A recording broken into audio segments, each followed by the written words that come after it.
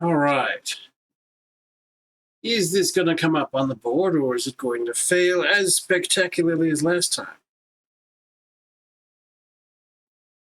I'm going with spectacular failure, because we still got nothing. Give me a second here, though. I still have one link to send out. Well.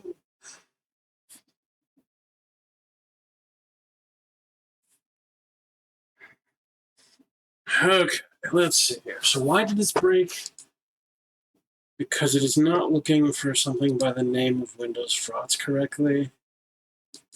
Probably. Which it just really should. It knows it is. Hold on. Go by. There's a way to do this. Windows same executable. There we go. Okay. Go back to that. All right. Welcome back to Jigsaw. Hope you all are doing well. Okay, so we're going to restore from where we were. Wherever that was. Sort by date modified. Okay. All right, so last time we'd realized the impossible. The impossible shenanigans. Right, so we've suddenly learned that this game is cruel in its construction. It's not designed to be easy. I have the walkthrough on the side here. I don't know. But yeah. All right, so where we were was a flat over the street. The second floor flat, dilapidated and primitive, with a certain charm about it, decorated with faded Viennese prints. Through the open window, you look down on a cafe across the arched cobbly city street. It is early summer. To one side is a cheap dresser with a mirror and a single drawer. Well, that's certainly a thing to examine. It's a cheap, sturdy dresser. Open it. Seems to be locked. The door rattles, unlocked from the outside. The stranger appears, darting in and locking the door again. For the first time, your eyes meet. Welcome to Sarajevo. I knew you wouldn't disappoint me, says Black, extending a friendly hand. Oh no. Take hand. You already have that. Black withdraws the hand ruefully. No. Shake hand. There we go. You shake hands, suddenly shy of physical contact. June 28th, 1914, if you hadn't guessed already, continues Black. Oof. Kaldecki wasn't quite the fool people thought. I confess I may have helped him a little, writing the biography I did, but that's what he always wanted. Your scores just got up at 1 point. Okay, let me look at Black. Just looking again, coyly, in the mirror, reminds you how glad you are you came to the party. You see, Black says coolly, almost as if sane, he was in a quandary. He'd invented something wonderful and terribly dangerous. He'd invented the time machine. It could save the human race, he wrote in the margins of his sketchbook. But there was a catch. I was going to try and open the dresser, but it did tell me it was locked. Black is clearly one of those people who really enjoy spinning out a story. The Kaldecki effect needs an enormous temporal potential to work, you see. You can't just travel from anywhere to anywhere. Time flows downhill like water, he said. If you want to go from event T1 to event T2, you have to ride the wave. So much for Einstein. Einstein is not, in fact, the person at the front of your mind just now. You're occupied trying to decide whether those eyes are blue or green. A sure sign that you aren't listening closely enough. I use the listen verb. Don't you tell me. Thus, del phi is maximized at great turning points, the way electric charge collects on sharp points. And that's the Kaldeki effect. His machine works like a lightning conductor. A dilemma. You understand? Sure.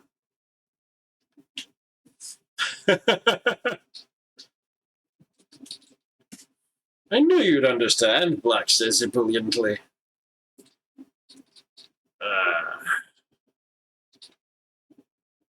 What am I going to ask Black? I don't know what I'm doing here.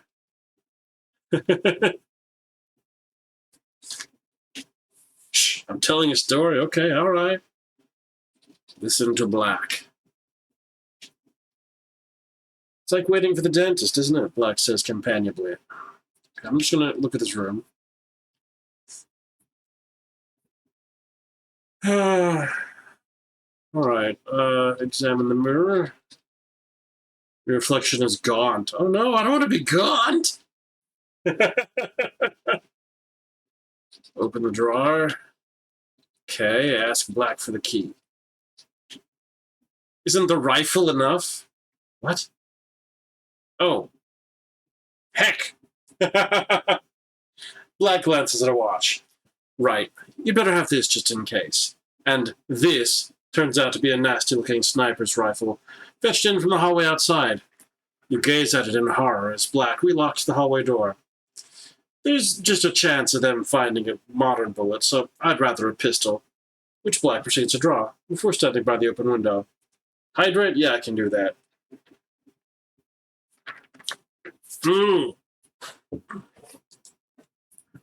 Sarah heckin' Yavo. Dude. All right. That's not right. Like.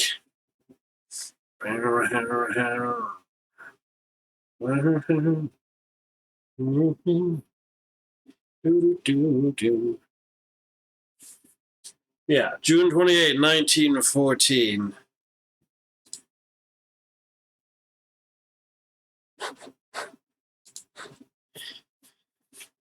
It was the day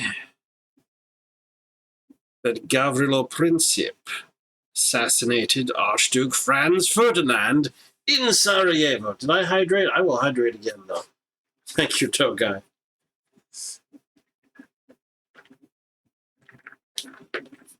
So why do we have guns about this? Is Black trying to make it happen, or worse?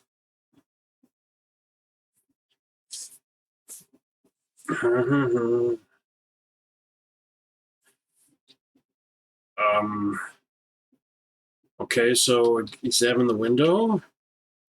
Down in the arched cobbled city street, horses pass by and pedestrians dawdle beside the shops. Opposite is a cafe.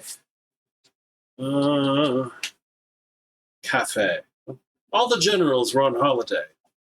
A.J.P. Taylor, How Wars Begin, 1977. The kind of just adequate cafe students hang out in to argue about Wagner, politics, and philosophy.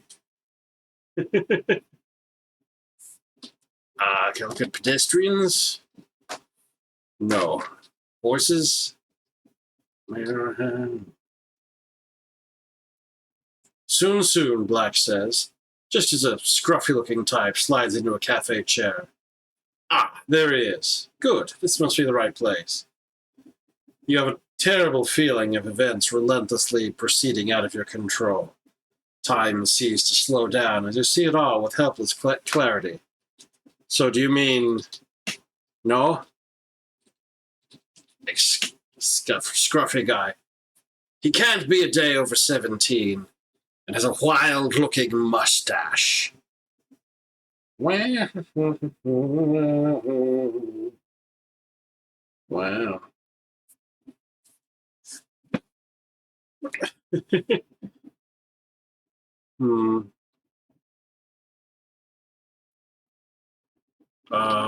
Can I ask about... Later, for heaven's sake. It's like this, Black says coolly. The Archduke Ferdinand is about to come down the road in an open carriage for a day out with his wife, who's only a duchess, so back home nobody will talk to her. Everybody hates the Archduke, except her, I suppose, and nobody's going to miss him. Time passes. See, I have the bad feeling that I need to be doing stuff here, but the game is, of course, incredibly opaque about it. Checking my inventory. For one thing, it's Serbian National Day today, and Ferdinand's an Austrian. See that student drinking at the cafe down there? He's panicking because the carriage hasn't turned up yet. But it will. Then he's going to shoot the Archduke, deliberately, and his wife, by accident. But that was last time. This time it'll be different, says Black, cocking the pistol, facing up to a murderous duty with reckless bravado. Oh boy! Oh no. Well, if you have a time machine, you will probably try and stop a lot of wars. Trouble is, if you go around changing things, you don't know the counterfactuals. What will happen instead? Whether it will actually be better or worse? Who knows? All right.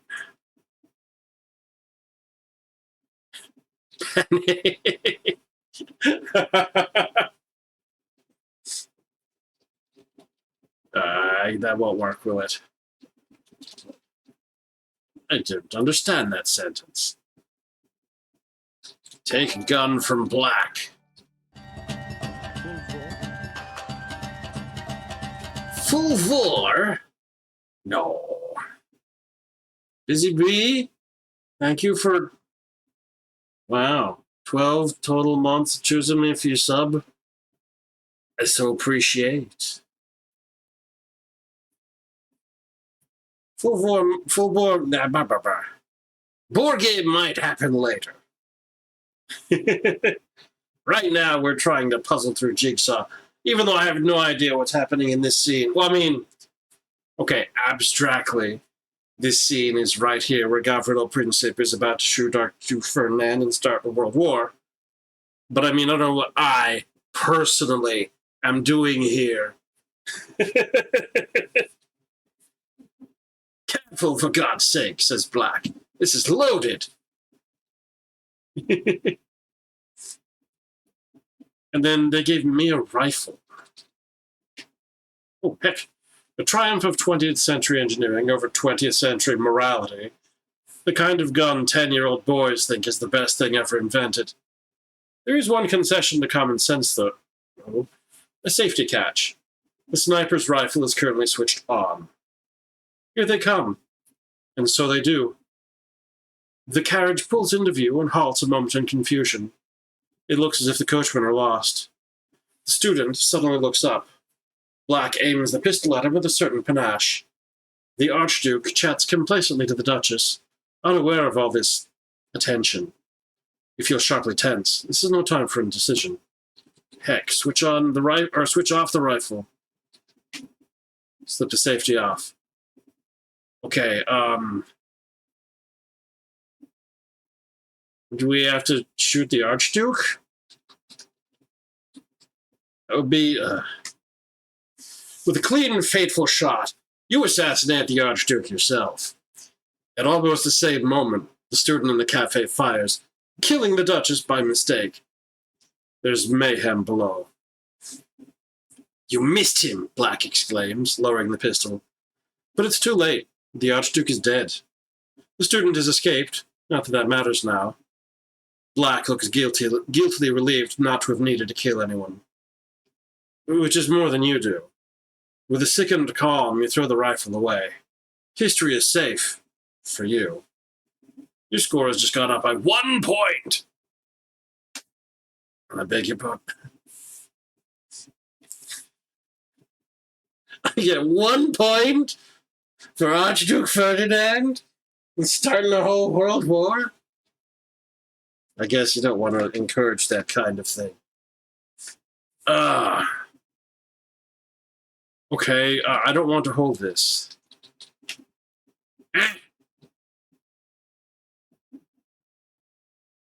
Oh, I threw the rifle away. That's right. Okay.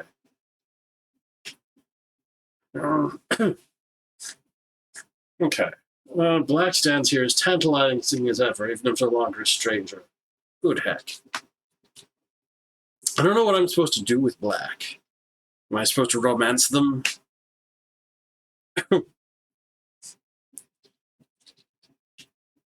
Eh.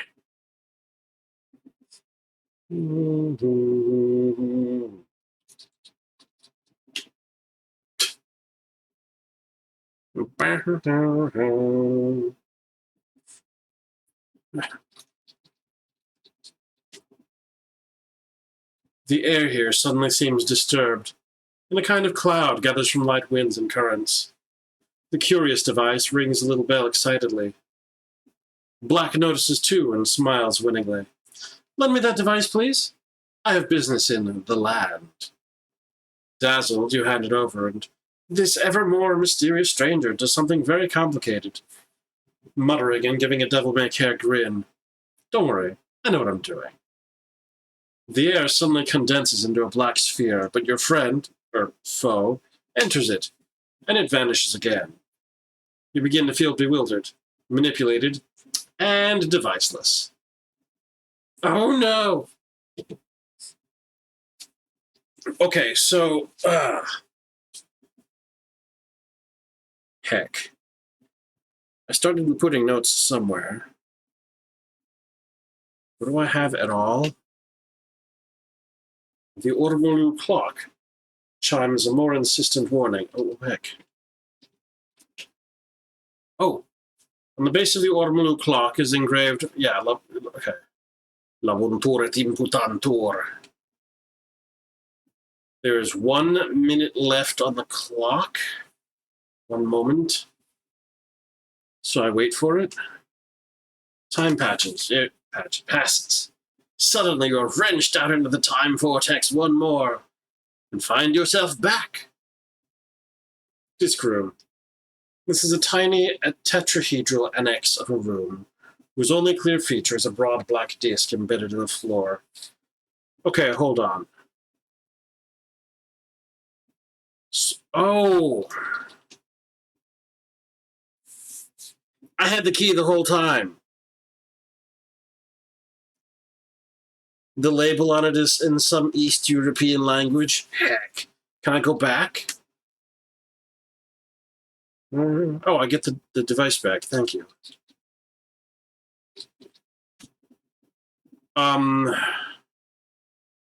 Okay, set the clock to whatever.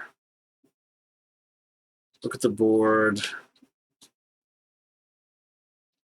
Push C2.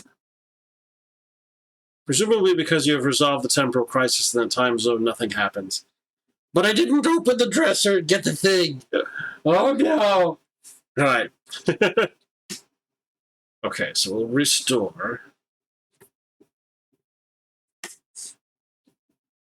Okay, and I'm just in the room, so unlock dresser with the tagged key. You unlock it, yes. Open dresser. An edge piece, that's what I need. The door rattles, unlocked from the outside. Okay. Whew, flat over the street? Yes, flat in the sense of apartment, not in the sense of... You prefer to be fat over the streets. Yes. I know. Me too. Unfortunately, we're gaunt, which is flatter than we would like when we look at ourselves in the mirror in this game.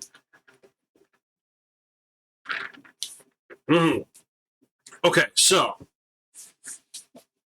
I got the dresser. I got the piece, the jigsaw piece.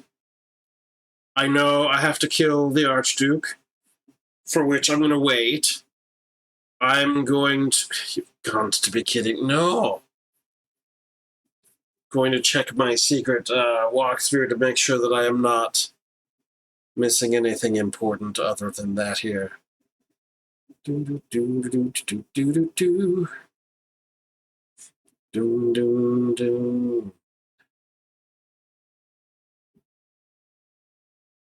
Okay, I do have something to draw.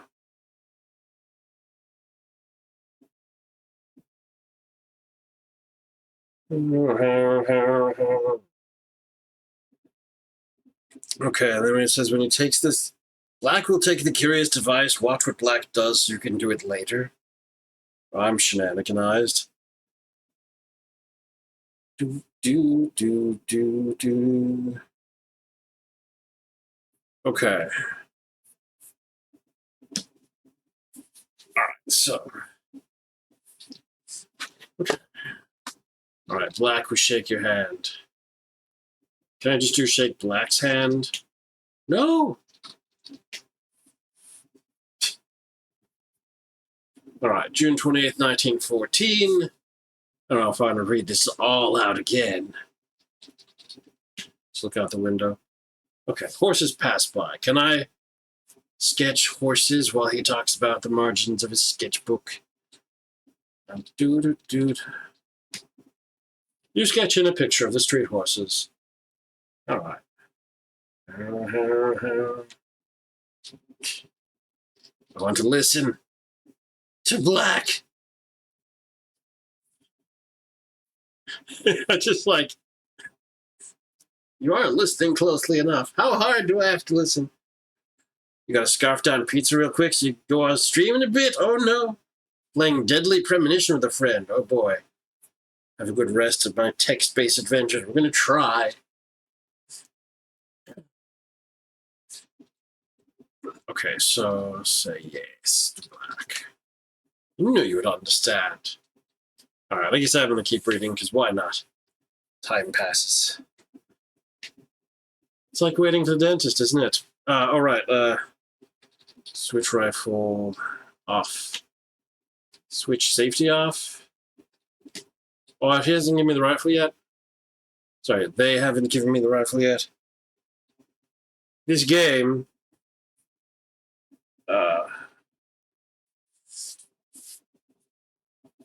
which was famous for doing it in 1995 or whatever, does not give Black a gender. Not that they intend Black to be non-binary, but they intend you to read whatever gender into them that interests you most. Because it was 1995. All right. Okay, so he's not. He'd give me the rifle. I remembered. I was. Right.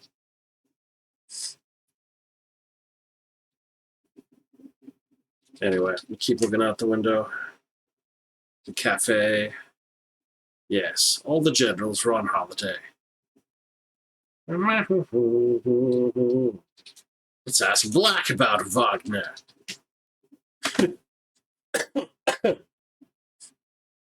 Okay, so now I have the rifle.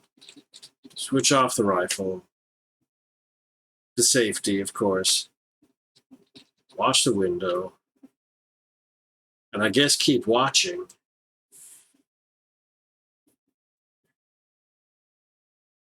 Okay, there's our scruffy-looking type. He can't be a day over 17. He's a wild-looking mustache. It's like this, Black says coolly. The Archduke Ferdinand is about to come down the road in an open carriage, for a day out with his wife, who is only a duchess, so back home nobody will talk to her.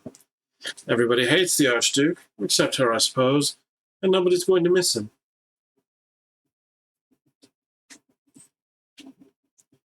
For one thing, it's Serbian National Day today, and Ferdinand's an Austrian. See that student drinking at the cafe down there? He's panicking because the carriage hasn't turned up yet. But it will. Then he's going to shoot the Archduke, deliberately, and his wife, by accident. But that was last time.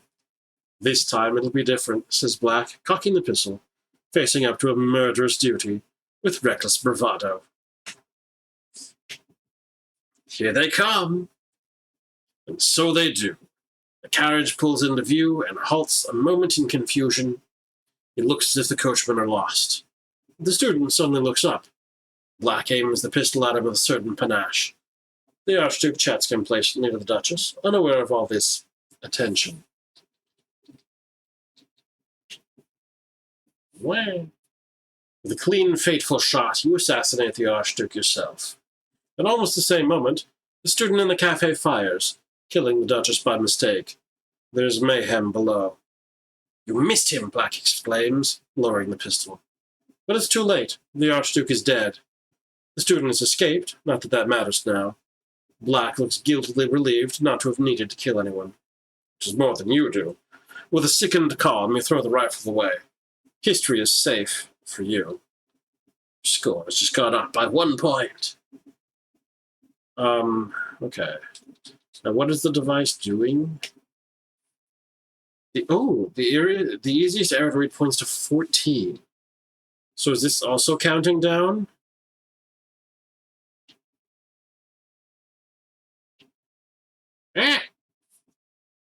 The air here suddenly seems disturbed, and a kind of cloud gathers from light winds and currents. The curious device rings a little bell excitedly. Oh! Was it 99 before? Is it the current year? I think it points to current year. That's my guess. I mean, if it's going to limit me to a single century, I mean. Black notices too and smiles winningly. Lend me that device, please. I have business in the land. The land. Dazzled, you hand it over, and this ever more mysterious stranger does something very complicated, muttering and giving a devil-may-care grin. Don't worry, I know what I'm doing. The air suddenly condenses into a black sphere, but your friend, or foe, enters it, and it vanishes again. Okay, you're going to feel bewildered, manipulated, and deviceless. Let's see here. I have my clock, not deviceless. Okay, so just in a couple moments, we will be... I mean, I could set the clock back to the current time, but I didn't want to do that. Okay. Sitting on the jigsaw table, evidently left for you by Black, is the curious device. So we'll take the device back. Even though we don't know quite what we're doing with it, that hint was not very helpful. We are able to put down a new jigsaw piece, even though I don't know where it would go. Unless there was some kind of hint I missed. Okay, let me save this with some kind of... Okay, so what piece do I have? You said it was an edge piece? A large jigsaw piece, 6 inches on the side and square. 6 inches, that's... yeah. We all know what 6 inches is. That is a large jigsaw piece. It's a dull grey-white, perhaps depicting the horizon off Southend-on-Sea on a wet morning. It is currently this way up. I don't think I've been given any hints as to the direction that this one would go in, not that it necessarily matters.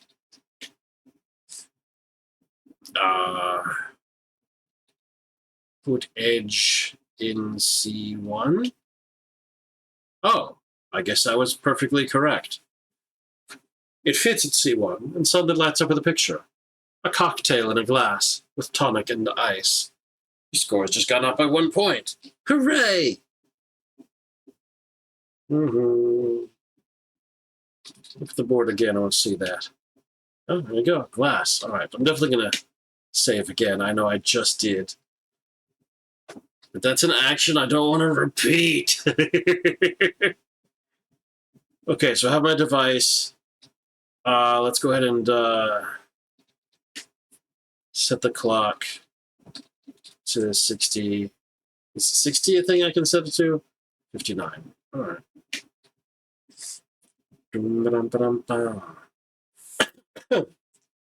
The clock starts, silently and slowly, and the jigsaw board pulses with a flickering amber light, warm and erratic, as though from an oil lamp.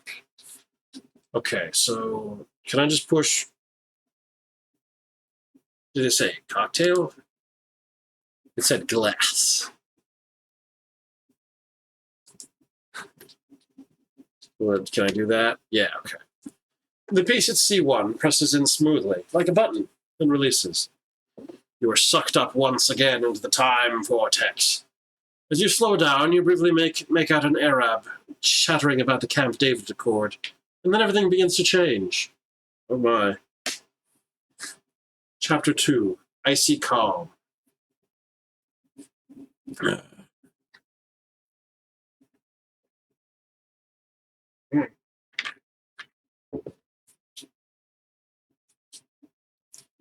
Reading room. This is a wood-paneled room, luxuriant with bookcases, newspapers, and journals. Side by side are cartoons of Mark Twain and Rudyard Kipling. Along the north front are windows onto the black night. A single swing door leads southwest. A copy of the Times lies discarded on an armchair. Pinned to a green baize messages board is a folded note, simply addressed to White. It's me. Take note. Read it. It is written on white starline notepaper. White starline! My dear White, it begins promisingly enough. I've already fixed this one, so if you want to catch the time window, just hang around a while. See you later and earlier. Your friend, Black. P.S. Forgot to mention this, but do take care never to stray too far away from the temporal nexus. You might get stranded beyond recall.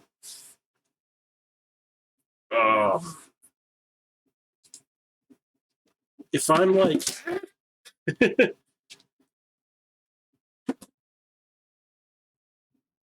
Am I...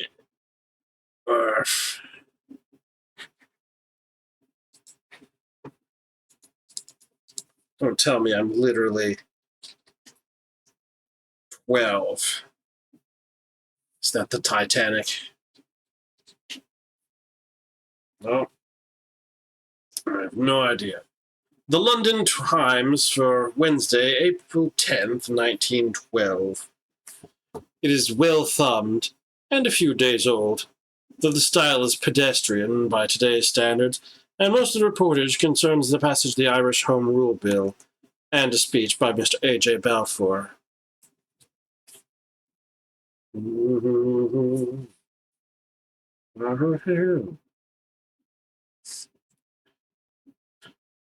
Okay.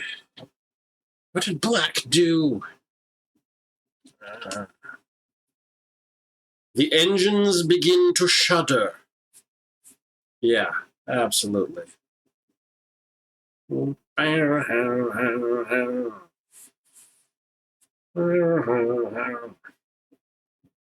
So terrible. Yeah. So a few days old, the Titanic sank on April 15, 1912.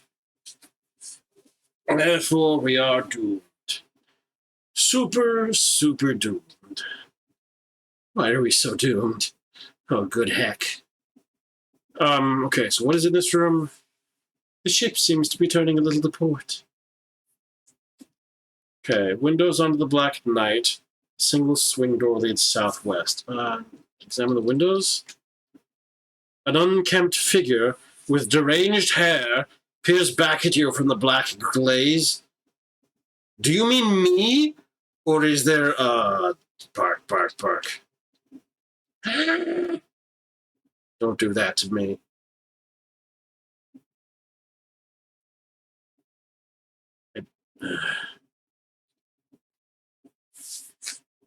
First class lounge. Oh no. Struck an iceberg at 11:40 p.m. It is 11:43 p.m. Oh, good heck. Wait, but no, Black says they fixed this one already.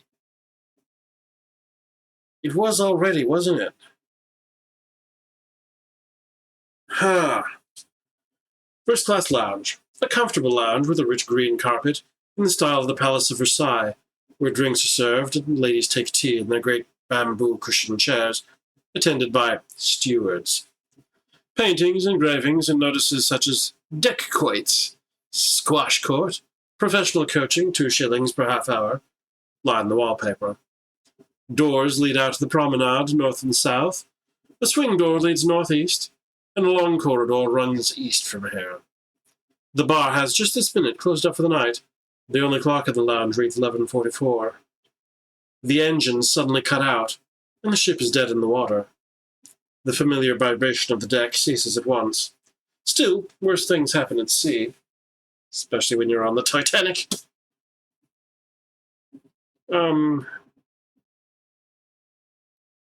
Okay.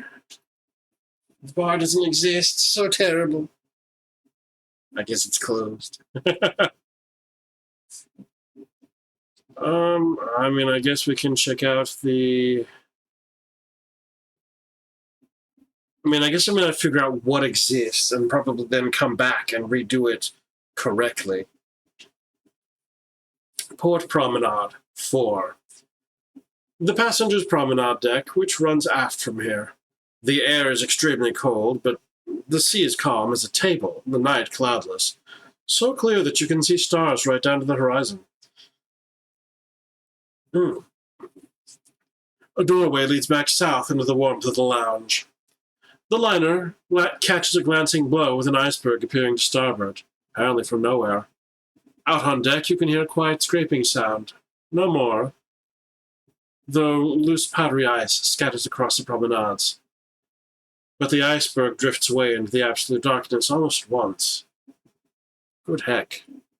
A couple of months from now, Thomas Hardy will write, and as the smart ship grew, in stature, grace, and hue, in shadowy silence distance grew the iceberg too. In your history, anyway. Can it be that Black has already averted disaster?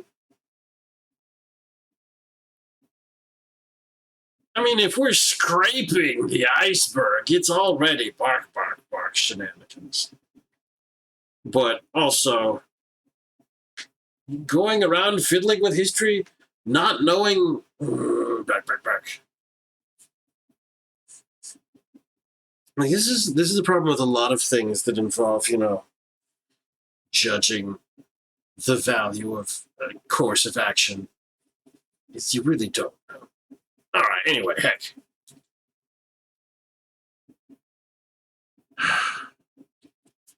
Can it be?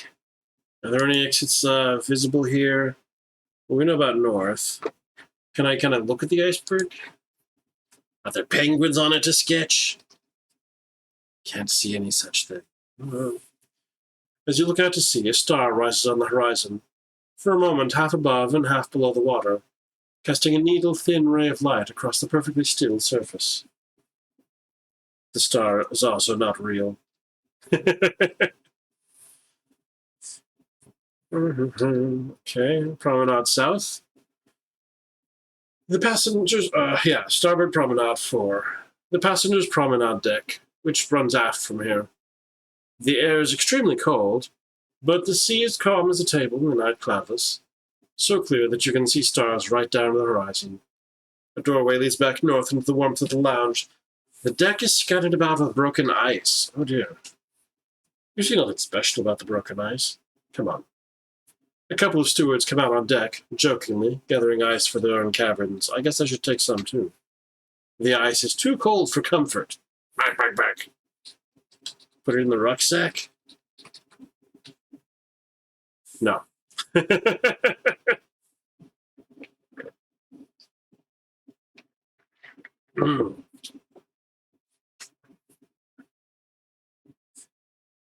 Okay. 26 years at sea, a steward sagely remarks as he carries a tray of drinks through and out, and I've never seen it so calm.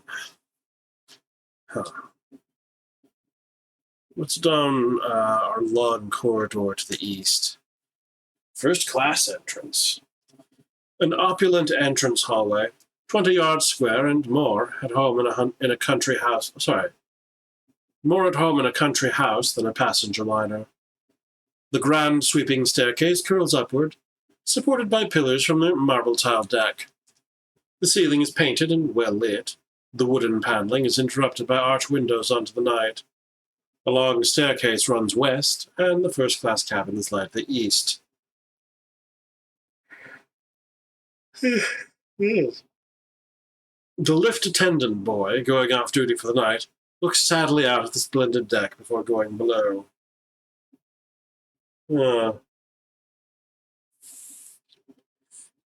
Deck, you say? That's where I came from? Oh, upward. Upward. Top of stairs. Ooh.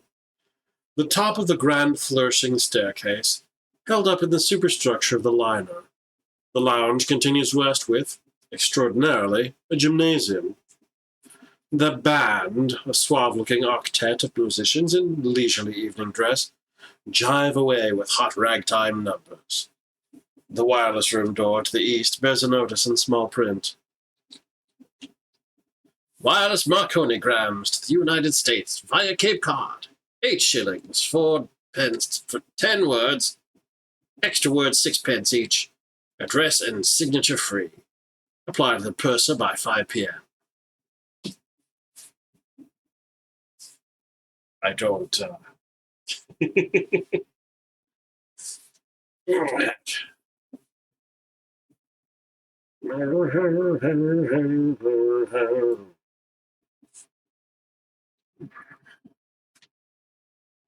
Well, 5 p.m. is not an option for me. It's already 11:55, so I could probably entrance the door.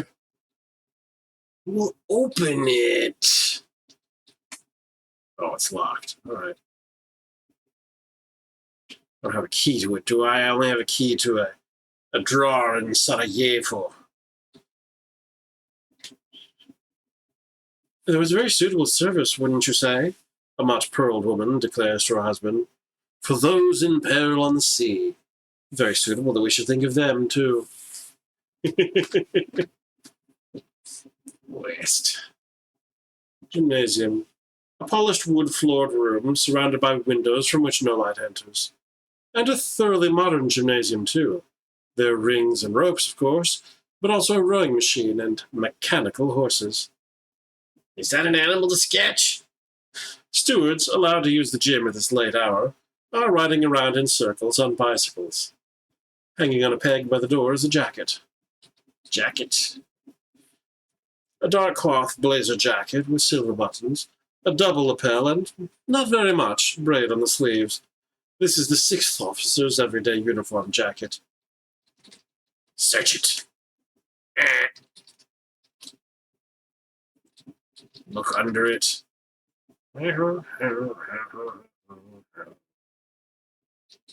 Stealing it. Bright red and white flares shoot off up into the sky from forward somewhere, lighting the whole sky and flooding the liner with glare for a moment of full daylight. You blink convulsively.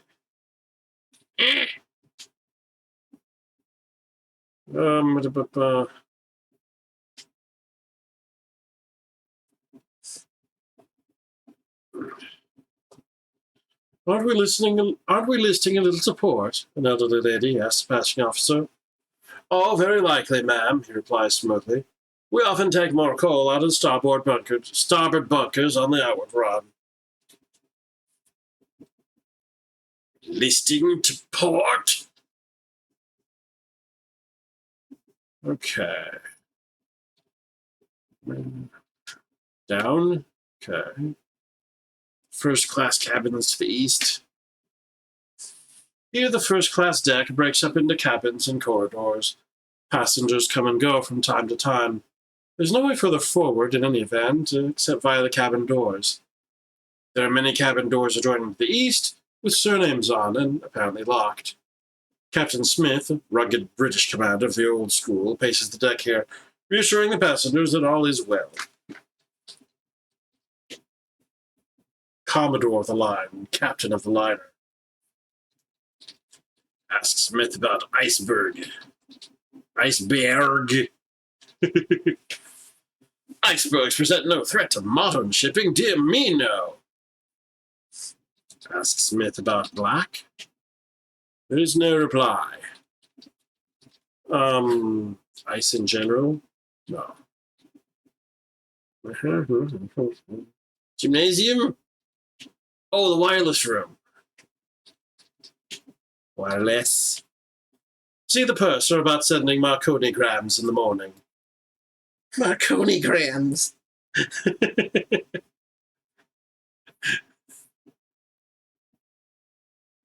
just to call them a Marconigram is rather wild. Ask Smith about purser. Yeah. Ask Smith about me. I'm a stowaway. Oh no. Stowaway on the Titanic? No one would ever.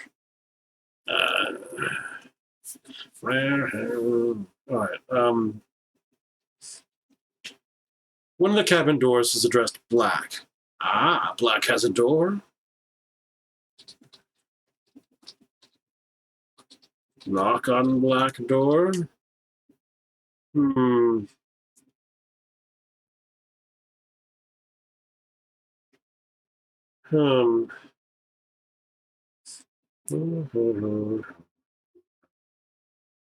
Okay, so Black has a door. That is locked. Is there a white door? No. I don't get a door. That would be ridiculous. Okay, so that's interesting to know.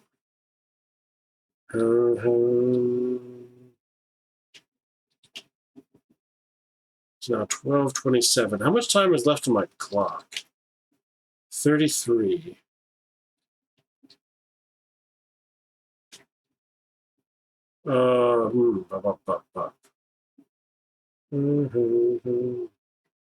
Broken ice.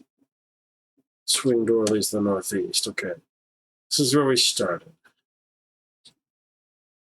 Open windows. A Scrooge shot.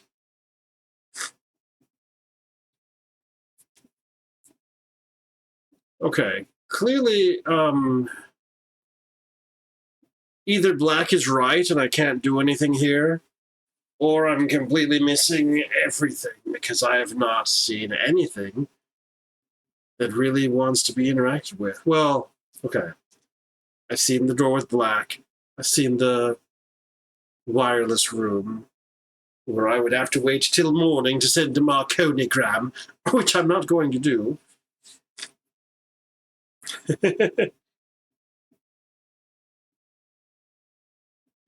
A Marconigram.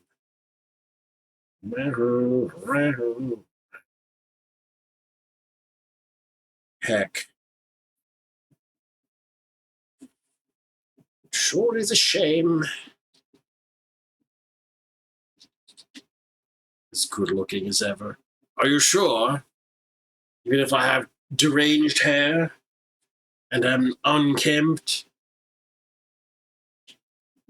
Oh, hold on. There is a squash court somewhere.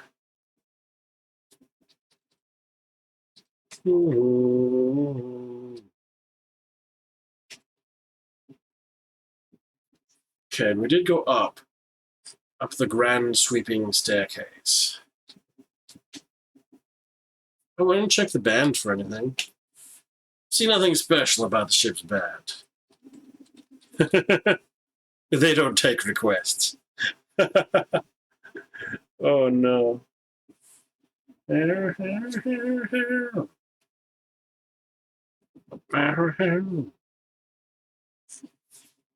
All right, let's see here.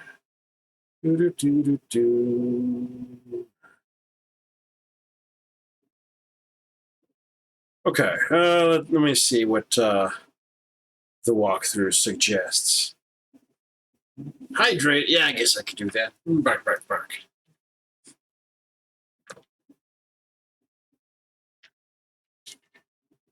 Okay.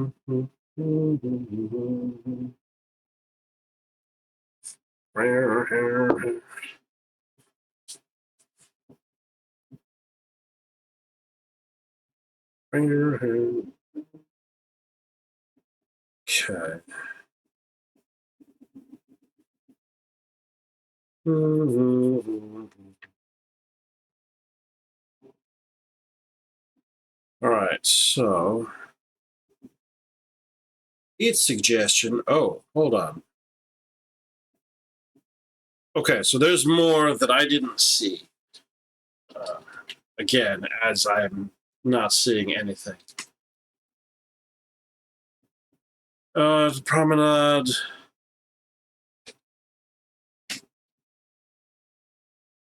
Wait, no. Yeah, 4. I can just. Oh, it runs aft from here. I can actually go aft as a direction. Also, thank you for the hydrate, Ishmael. Bark, bark, bark. The passenger's promenade deck, which runs forward from here. The air is extremely cold, but the sea is as calm as a table, and the night cloudless. The engine funnels can be made out only because they occlude the brilliant stars. A doorway leads back south into the warmth of the lounge. The deck is scattered about with broken ice. The liner is starting to become just a little noisier than you would expect at this time of night. Oof. Oof. Okay, so doorway south. A carpeted staircase rises from here to the boat deck, if the signs are to be believed. It adjoins the smoke room to the west, and pipe smoke can be made out even here. Doorways lead back to the cold air of the promenade deck. There are also stairs descending to the Turkish baths and the swimming pool, but they're closed up for the night. There's a first aid box up on the wall, painted white with a red cross. Well, obviously. You can't see inside since it is closed. Open it. A bottle of sailor's syrup. One application only. Settles stomachs in minutes. It seems nobody has touched the first aid box for days, so the voyage must have been very calm. Or perhaps the syrup is even worse than the seasickness. Oh no. Okay, what else is going on? Okay, so I cannot go down the stairs to the Turkish baths of the swimming room because they're closed up for the night. But a smoke room, huh? Oh, and a boat deck, right. Smoke room. This is very much a gentleman's lounge, even if ladies are, in principle, welcome. And a few American heiresses hold fashionable cigarettes in holders. If Noel Coward were on board, this is where he'd be sitting, writing a musical about all the awful rich men lazy in the other chairs. The more feminine veranda lies off to the west. Benjamin Guggenheim, the rich American gentleman, sits here.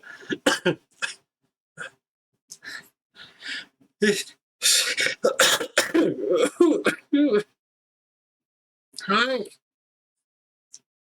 My buddy wasn't sure it's going to make that sneeze or not. Benjamin Guggenheim, the rich American gentleman, sits here, playing cards with a poker school. Do-do-do. Poker school. All right. Guggenheim. Rumored to be possessed of a fortune exceeding 20 millions. Oh, good heck. The card players speculate amiably about the size of the iceberg. 80 feet above deck, would you say, Colonel? Give me a second here. I'm going to clear my nasal passages after that thing that just happened to me. Back in half a moment. Oh, no.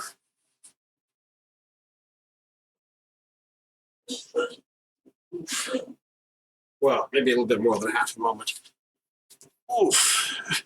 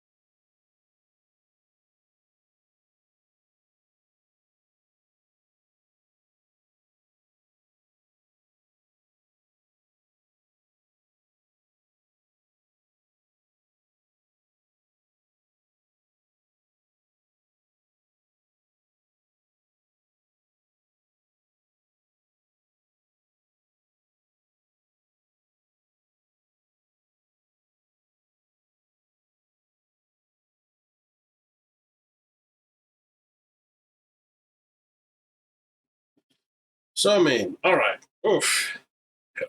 Like.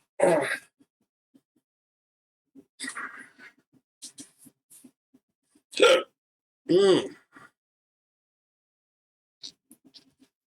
Should probably also hydrate again.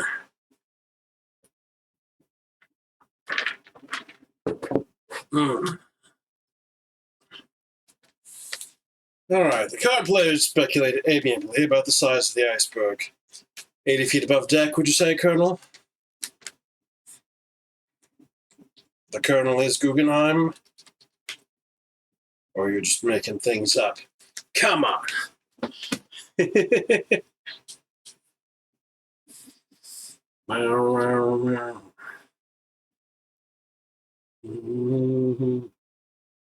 I guess I can continue to listen, not that it matters.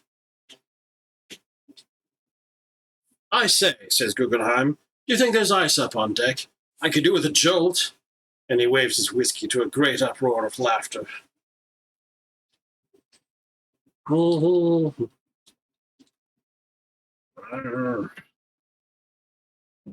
knows on this floating limey palace? Why is there never an officer when you want one? Guggenheim grumbles. I could be an officer. Too big for you, but if nobody looks very closely.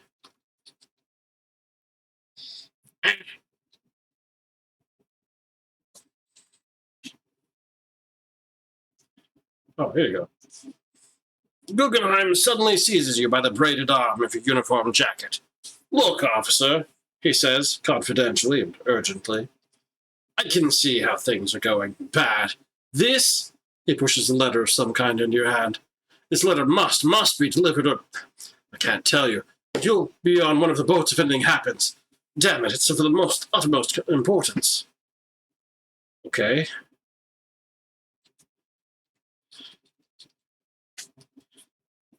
What kind of officer are you? I'm sworn to secrecy. All right, okay, all right. Oh. Letter marked secret and confidential. Delivered via courier. And sealed up with wax for good measure. Addressed to the U.S. Secretary of State. I'm going to read this, but not in the actual same room as him. I'll go out to the more feminine veranda. Palm Court. A pleasant veranda to one side of the great hunk of the liner's aft mast.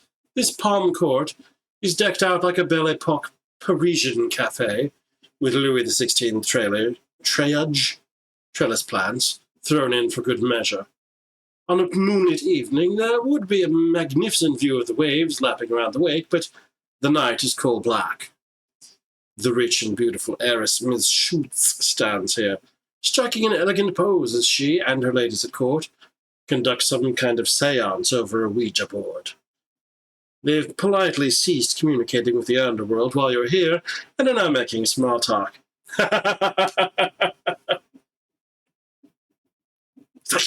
He's here. All right. Open the letter. Consider your honor and duty as a subject of the British Empire.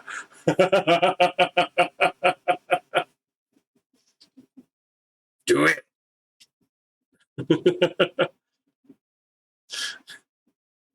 All right. Let's see here. Okay, we'll talk to. Well, I guess talk doesn't work. You might ask Schutz about ice. She giggles infectiously. Ask Schutz about Guggenheim. Benji, he's such a child. You know about Black? Nope.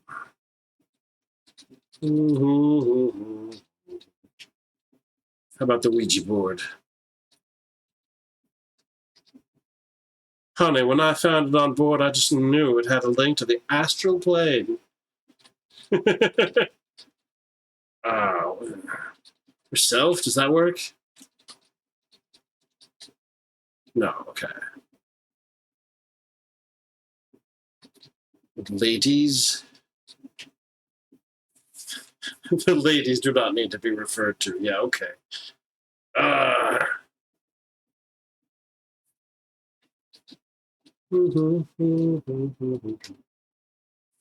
An evacuation has begun of women and children into the lifeboats, which are being lowered one by one from the boat deck. Nobody is taking this very seriously at the moment. Still, Miss Schutz bustles away to help. How much time is left on my clock? 9! Oh no! Do-do-do. I might have to go back. I don't even know where I am, heck. Coal black!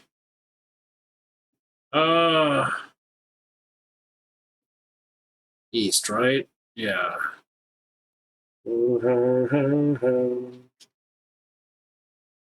East again. Staircase. Up. You haven't the heart to force your way through the crowds waiting for the lifeboats. After all, you still have the time window if you can find it. Oh no!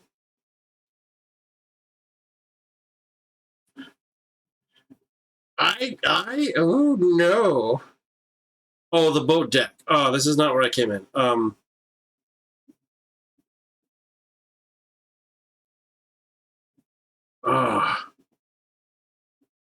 Promenade deck, yeah, but how do I go promenade deck?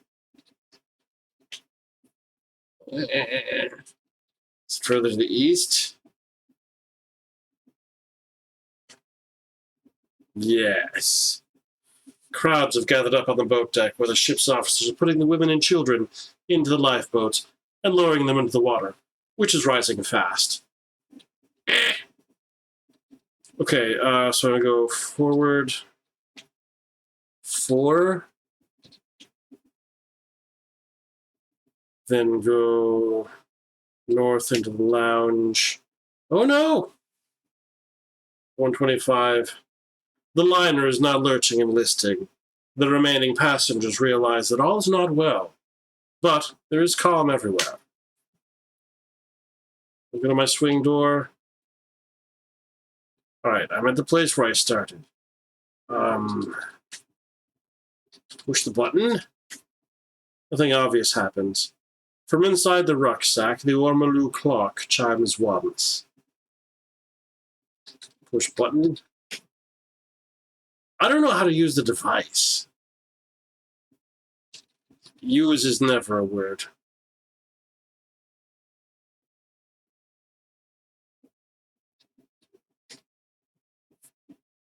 The Ormolu clock chimes insistently.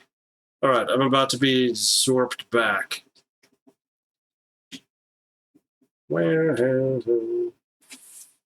Okay, I'm pretty sure I did that entirely wrong. Still, I'm going to do a misadvised save. Misadvised Titanic save. Because I'm not going to be able to go back, am I? Well, I guess we can check. You shake your head, confused. Why did the mad American architect Cantor build this monument? Why did the League of Nations ever allow Century Park to be built here in Geneva? Never mind. Time to go and get a sachet of McCoke from the franchise stalls and toast the new millennium. Oh no! Time has been barked. Because this was the mad Hungarian architect, or whoever he was. Century Park was, I don't think it was in Geneva. I've wrecked the course of history. Oh no. A sachet of McCoke. In this game, you scored 16 out of a possible 100 in 304 turns. Give me the rank of Prowler. Alright, we're going to restore from our last non-ill-advised save, which was just before we were going to push this button. Okay, so I'm going to go here and see if there's anything that I don't know, or rather, look for the first thing in this walkthrough that I don't recognize. So I don't get super shenaniganized. Oh, they want me to go into the boat deck, which I didn't get to before because the crowds were there. But I guess if I go directly, then maybe they won't. Oh, heck. Set clock to 59. Push glass. The piece at C1 presses in smoothly like a button, then releases. You're sucked up once again into the time vortex. As you slow down, you briefly make out mass being broadcast on Polish radio. And then everything begins to change. It's a different shenanigan than last time. Okay, so I'm going to take those notes. I'm not going to bother reading them. Take note. Take times. Out. 26 years at sea, Stuart Sates remarks. I've never seen it so calm. Okay, north. Oh, wow. Right, so we've seen the star rises on the horizon, for a moment half above and half below the water, casting a needle-thin ray of light across the perfectly still surface. There's some commotion from the lookout up at the crow's nest and the forward mast.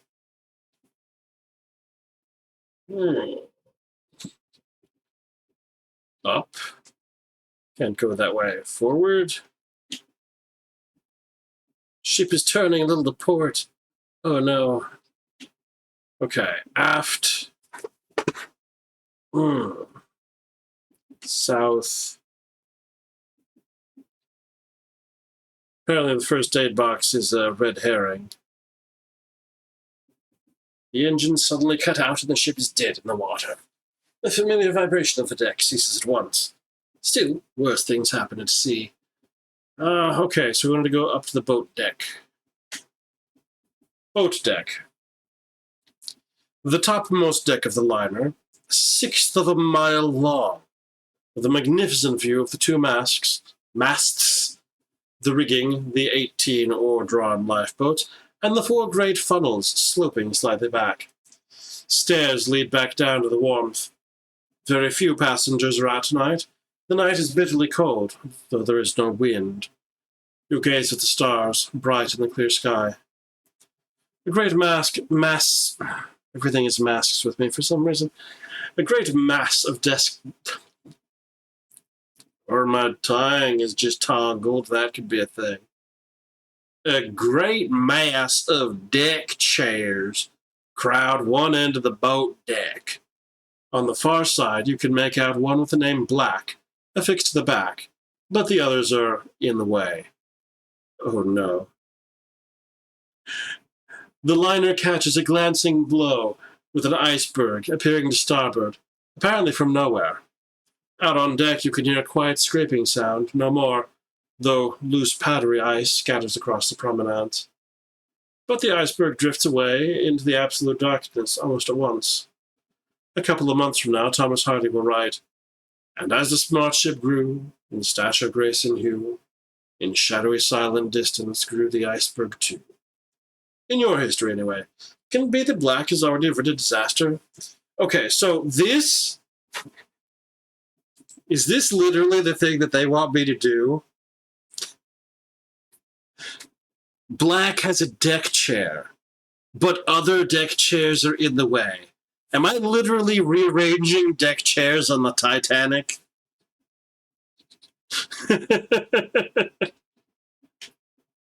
Yes.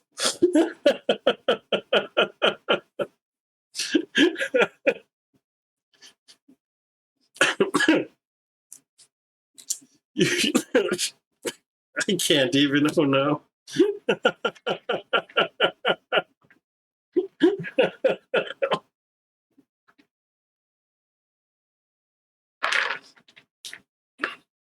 Yeah.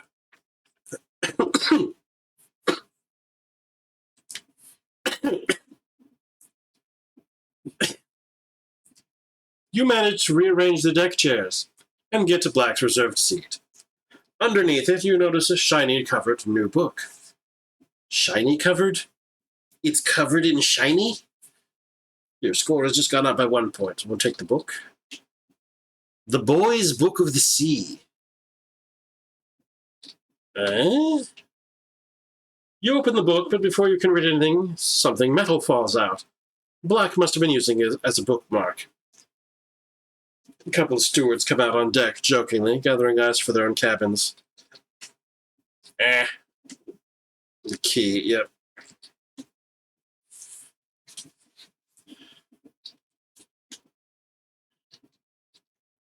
See anything special about the elegant key? Okay, I can take the key back out the way we saw where Black's door was. And that's definitely a thing. How do I get to the promenade? North? For south into the warmth of the lounge. East down the long corridor. First class cabins to the east. I do need to get the jacket, and so I can get the letter from Guggenheim. Oink.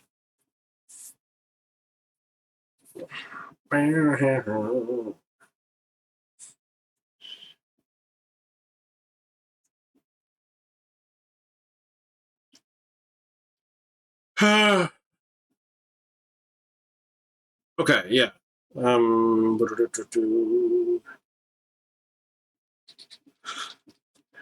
Okay, we'll unlock the black door with the elegant key.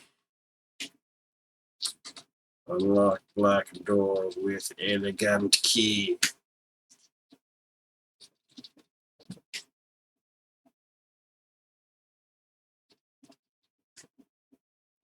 Okay, inside Black's cabin. Black's ridiculously spacious and decorative cabin, in old Dutch style, looks hardly used. Not surprisingly, as it must have been vacant for most of the voyage. There's a single bed, 4 feet wide, a writing table, an open curtain porthole, and a tall wardrobe, but all quite plain and predictable. On the writing table sits a key with a long barrel. Oh, another key. Okay, is this the key to the wireless room? Take long key. I see nothing special about it, okay. I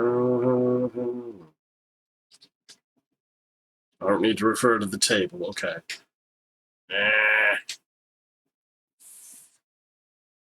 Right. There's a very suitable service, wouldn't you say? For those in peril on the sea.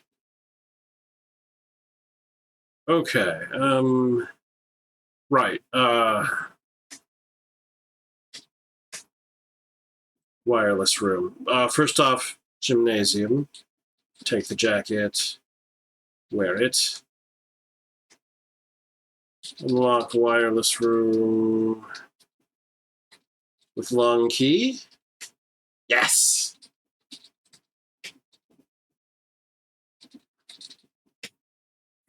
Okay, wireless room. Inside the Spartan wireless room. Cables from this primitive radio equipment run up to the forward mast. The only decorations, a few charts, contrast with the opulence just outside the door. There are 2 wireless sets here. The vacant one is primitive, with only a simple Morse key to tap.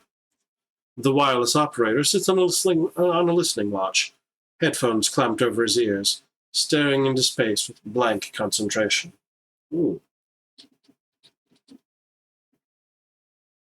Operator. He's been on duty too long and is none too awake. Still, he listens keenly. Marconigram? They can't hear me through the headphones. I mean, I can't...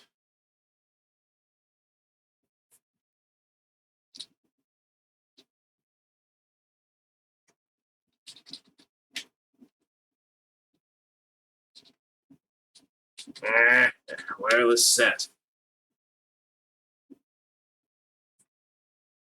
The Morse key looks simple enough to operate. You could chance your arm with a dit or a da to see. Okay. Dit. You begin a new signal with a short dit. Dit. Da.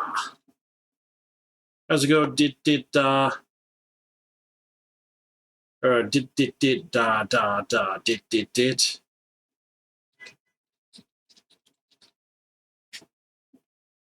Yuki, a short dit. A long da, a long da, a long da. A short dit, a short dit, a short dit. Doesn't seem to care.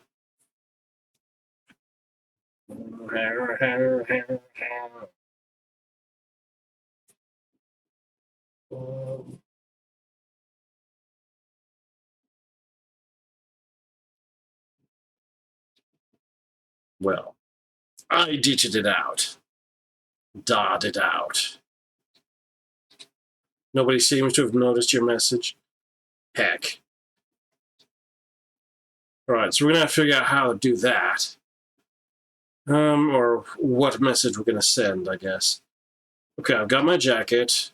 Let's go down, back down, lounge, promenade,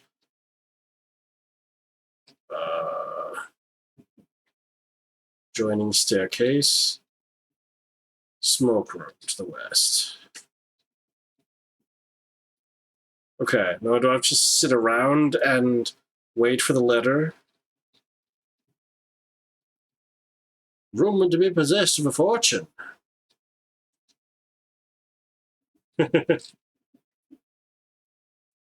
Benjamin Guggenheim wouldn't like to be taken.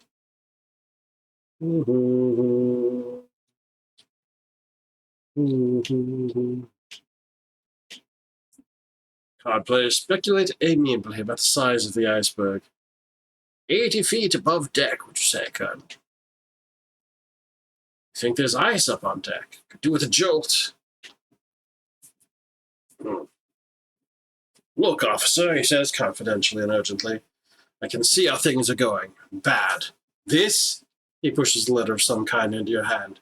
This letter must be delivered, or I can't tell you, but you'll be on one of the boats if anything happens. Damn it, it's of the utmost importance. Maybe this is the one we have to wireless out? Okay, so... Right, I never looked at the Ouija board. A grey square Ouija board to which the lady's eyes continually stray. No, we asked her if Shoots about it, and she didn't really say. She has to be important. Things have to be able to happen to her. But I have no reason to interact with her yet. Okay.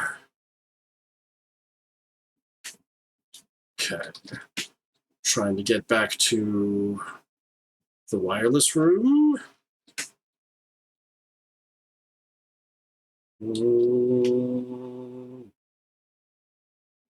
The band still jiving away.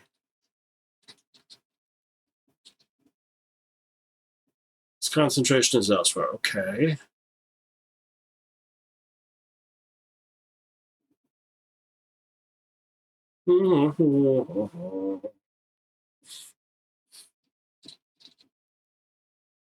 My honor and my duty.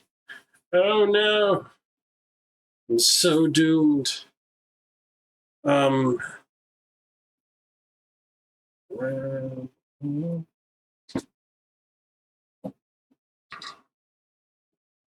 I can't just transmit the letter. I'm not even allowed to look at it. I used to ask people about things. Oh, heck. Oh, no. Because I'm still wearing the thing. Captain Smith, displeased to see one of his junior officers loafing about, dispatches you off to scrub the quarterdeck.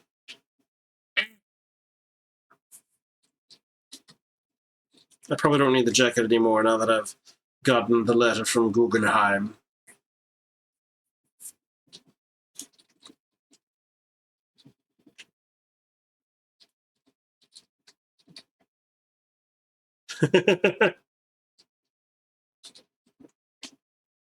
Damn decent fellow, Benjamin.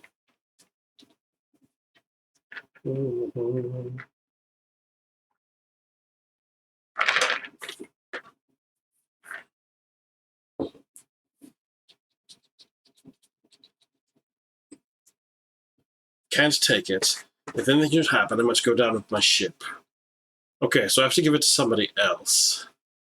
Who is getting off this ship? Miss Schutz is a woman. They're loading up the women and children. She's the only woman we've seen.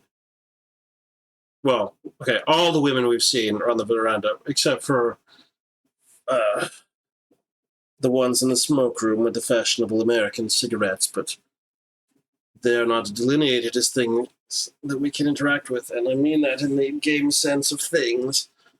Ugh.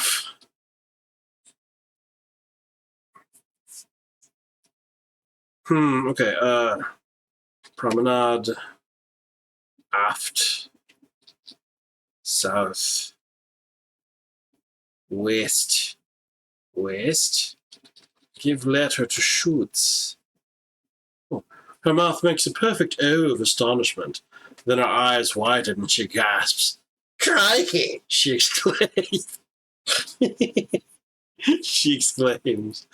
Then she tucks it into the cleavage of her dress, where, astonishingly, it is concealed away.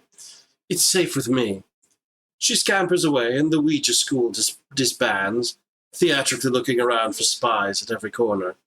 Your score has just gone up by 1 point. Okay.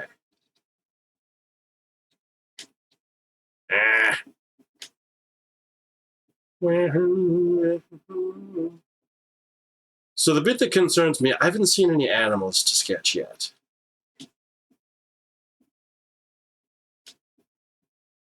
An evacuation has begun of women and children with lifeboats. Yes.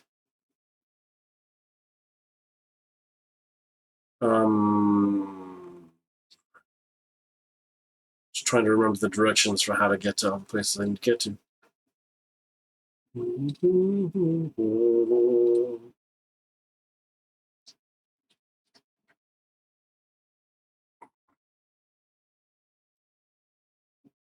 I forget when exactly clock stands at 8. Oh, good heck.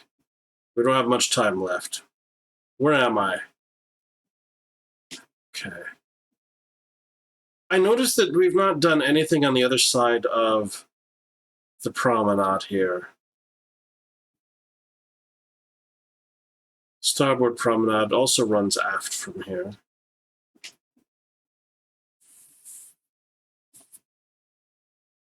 The air is extremely cold, the sea is calm as a table, the night cloudless. The engine funnels can be made out, they include the brilliant stars. North into the warmth of the lounge. What? Oh, is this where I just... What? Heck. Starboard promenade fore and aft. Yes.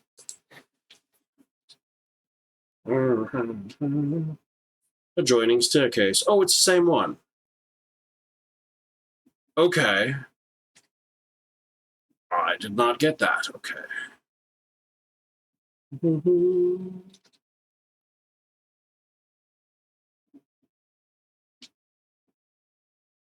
The liner is now lurching and listing. The remaining passengers realize that all is not well, but there is calm everywhere.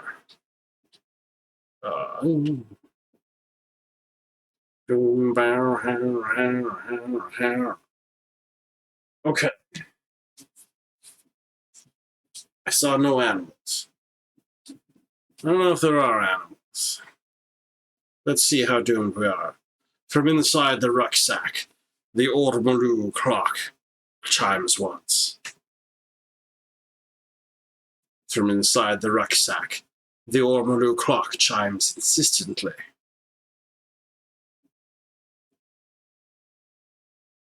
Suddenly you're wrenched out into the time vortex once more, and find yourself back. Okay. Oh. Did we do it? It's not the end of the world. We haven't talked about whatever. Wait, I don't have... I didn't get into the Jigsaw piece. I think I kind of need that. Well, I never looked at the Boys' Book of the Sea. No, No, yeah, we did. It had the key inside. Oh, there you go. It's telling me what I needed to put in the wireless. Heck. I got distracted by the key that fell out. Okay, a fascinating book from the nurseries of the Empire. There are many helpful passages on semaphore, naval flags, and so on, together with the details of the brand new Marconi wireless signals. One of them, the distress signal CQD, has been underlined in black ink. Okay, well, heck. All right, Wikipedia. Morse code. My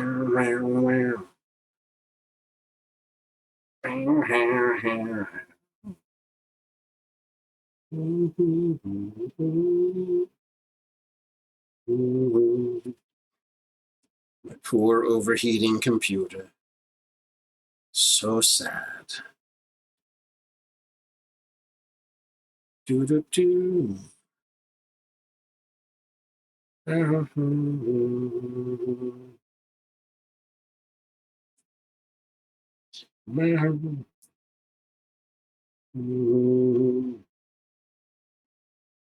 Okay. CQD is, oh, good heck. Da dit. Da dit. Da dit. Sorry, da dit da. Da dit dit.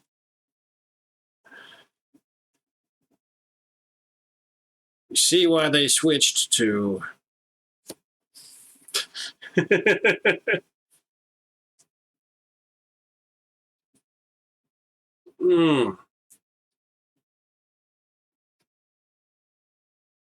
Okay, so. Is there anything else I came out of here with? Pull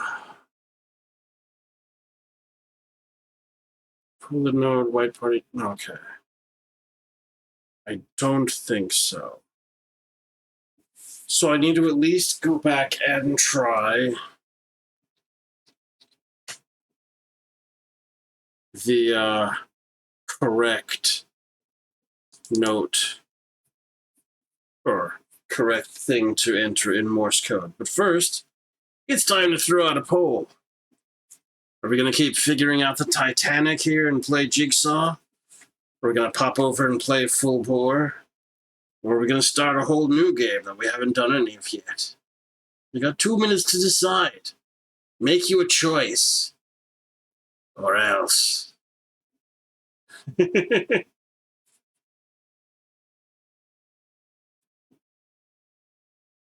And I'm going to hydrate while that timer goes down.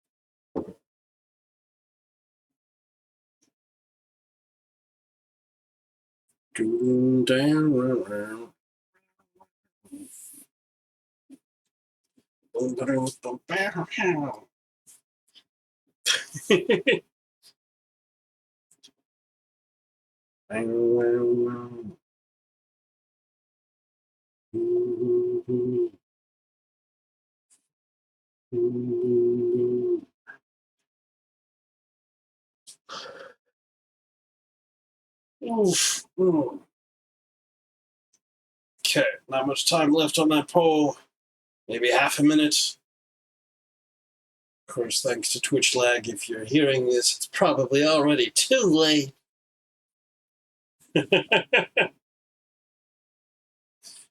Nevertheless.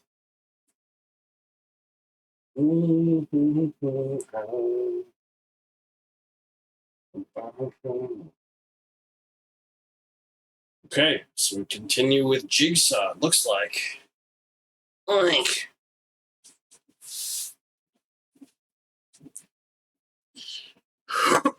Okay. So we just restored. Let's go ahead and give ourselves some time and enter the vortex. As you slow down, you briefly make out W.H. Auden's first book of poems being printed, and then everything begins to change. Okay. Icy calm. I get it now. Okay. We'll take all these items which don't actually matter. Go out from here. North to the promenade, which runs aft, south, back into the adjoining staircase. Engines are shuddering. I still have seen no animals yet, and I should probably pay attention to that. A little closer. Up to the boat deck.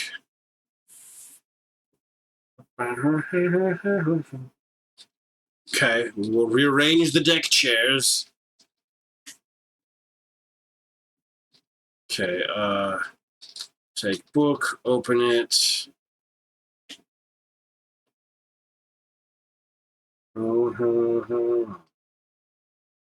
Yeah, it like distracts me from reading the book.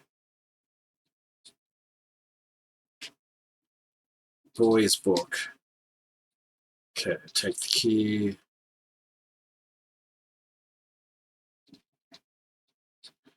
Deck chair. Deck chairs are gone from all relevance now. Okay, down. Okay, we can't do anything here yet.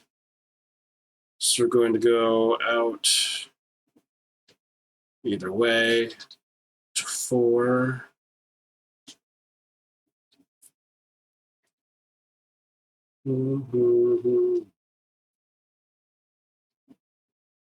Okay, east.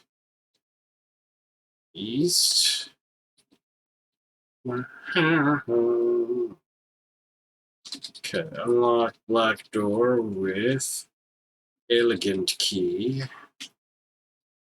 Open black door. Enter black door. Drew. Okay, take long key.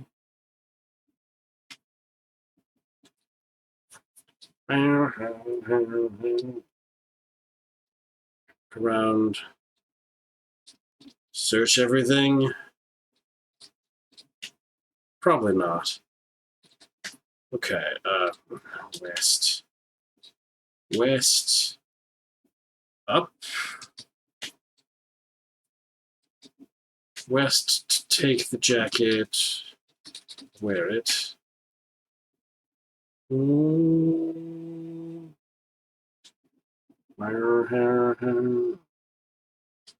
Unlock wireless door. With the long key. Long is a verb.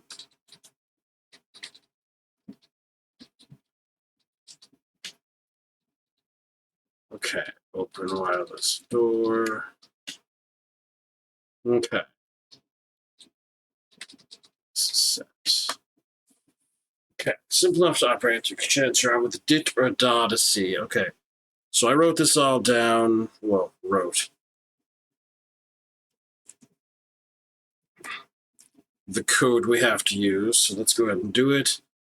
Da, dit, da. I don't know if it's going to make me care about spaces between words. I'm concerned. Let's try waiting after to see if it will be fine. Da, dit, wait. Nobody seems to have noticed your message. Okay, so we'll type the whole thing out. Da, dit, da, dit. Da, dit, da, dit. I only understood you as far as wanting to da. Bark. What did I do wrong? Was there a period after? No. Okay, da, dit, da, dit. It's as far as that got.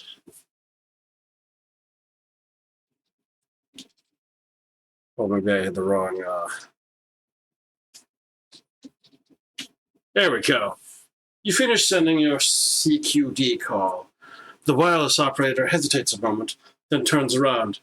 It's the SS Carpathia. They acknowledge and they're coming. Well done, sir. Then he peers a little more carefully at you. Wait a minute. You're a passenger. Thanks, but quick, get out before the officers come. He shoves you away, though not before confiscating your key. Top of stairs. Okay, so we get left here. My score has just gone up. Nice. Okay, so let's go down. Hopefully we still have time to do this, and it's not an order of operations thing. We're going to do that last. West. Service, sure. North. Aft. South.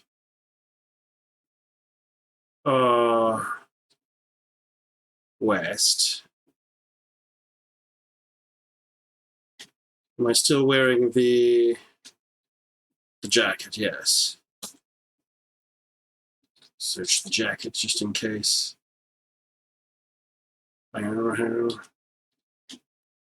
Folded note, yeah. I've already fixed this one? What does he mean, fixed it? I don't get it. Also, I still don't have the jigsaw piece.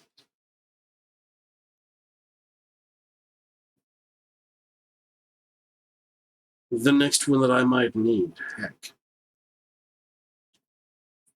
Where am I going to get that? Where am I going to... There are no animals that I've seen yet either.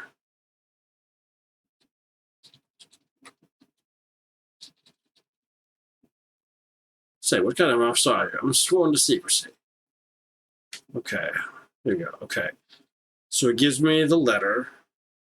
Hopefully I don't need to interact with him any further because I'm not gonna. The veranda to the west.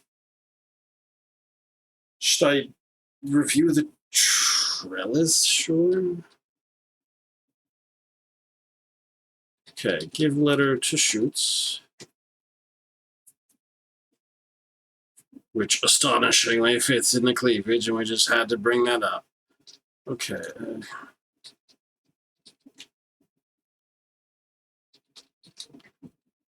Okay.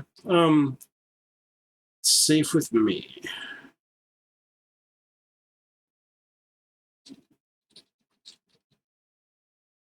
Oh, they're gone. That's right. She scampered away. Oh, there's the letter. Or the piece. Okay. Imagine noticing things. Okay. Okay, so now we have most of what we need, but I have not seen an animal yet. If there's one in here, I'm going to have to check. My precious walking through. Okay, book, key, Q. Yeah, I've done all these things. What? What? In Black's room, there is shenanigans. Oh,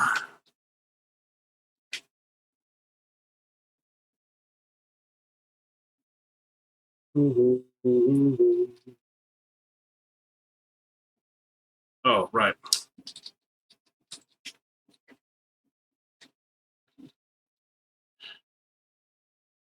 What are we looking at? Under the wardrobe?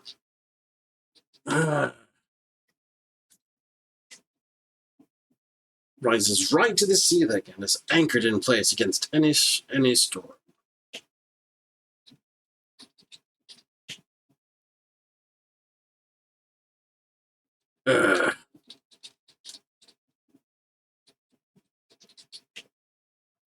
Oh.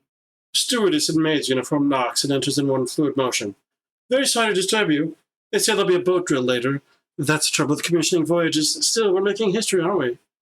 Since you're here, I won't do under the furniture today. Plenty of time tomorrow, eh? And she bustles around, changes the sheets, finds some towels, but peers oddly at one which is covered in scribbled mathematics. Still, she understands laundry well enough, so she takes it away before you can get a proper look. Heck! Towels? Math towel? What do you mean, math towel? Under...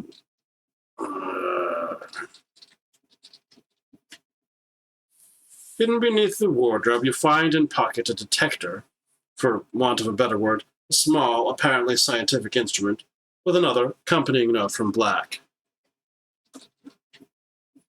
Second note, sure. My spare KD. Be careful with it. Sorry, I've got the time machine, and you're still trailing after those jigsaw pieces, but this might help. It detects where the pieces are still hidden in your time zone. Don't get your feet wet, Black. Really? XKD. The detector has 3 golden ball bearings extended on arms from a gimbal mounting. It is not obvious how to activate it. Sure. Heck. What? In other words, there is another jigsaw piece here. Come on.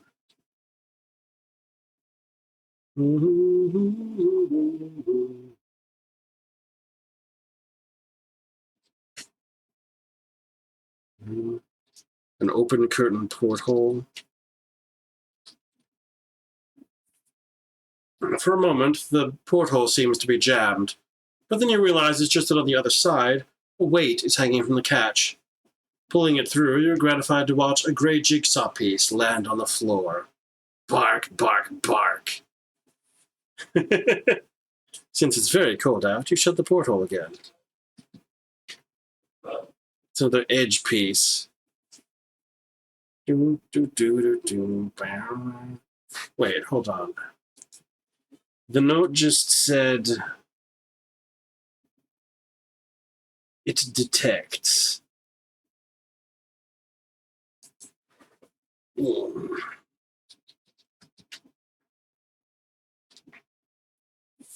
you know how to use it? Oh. Okay. You set the 3-fold armor spinning, but after a brief moment it spins to a halt, folding back like a flower. Telling me, turn KD when you're in a chapter. I'll tell you the number of jigsaw pieces you have or have left to find there. Okay.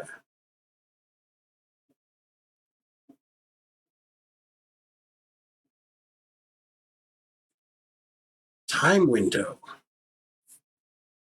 Mm-hmm. Wait, what? I don't know anything about time windows.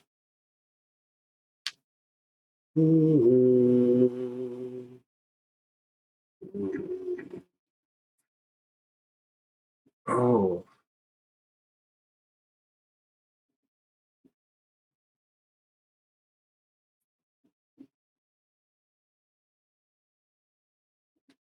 Okay, so that doesn't tell me anything then. Unless it does. Okay, so we did Guggenheim, gave it to Schutz. Got that piece.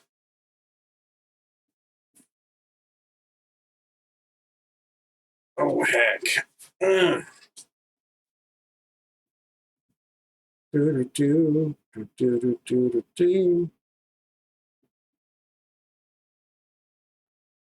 Okay, so that doesn't say anything about there being any animals here, so all right, fine.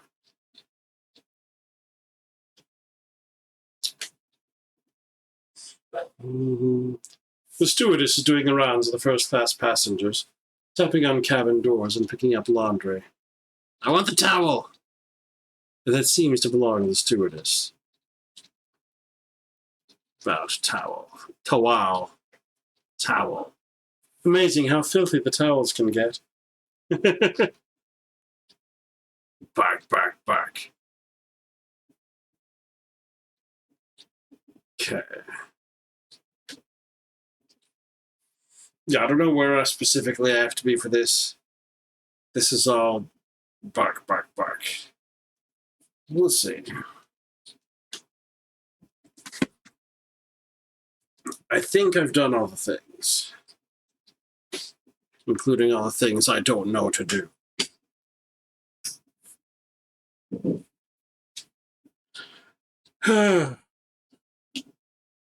Shorten the time left.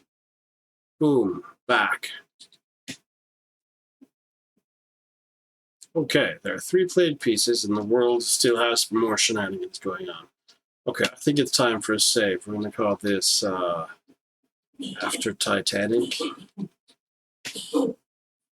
Oof. Oink! I don't know why it's so warm in here. Other than, you know, the closed window. But it's not like heat is running.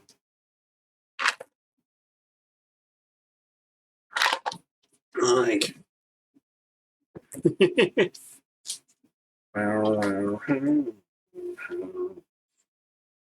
Alright, so there are 3 played pieces, and I have 2 more.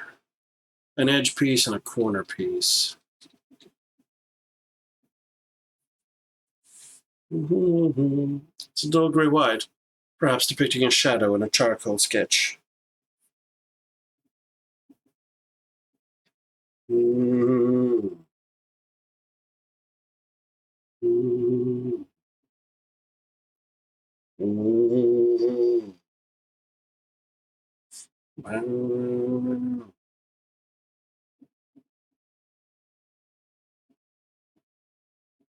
Heck?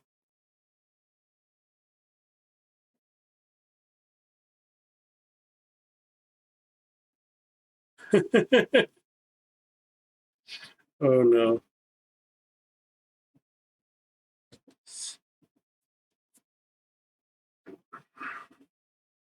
The suggestion is that I actually go back and get the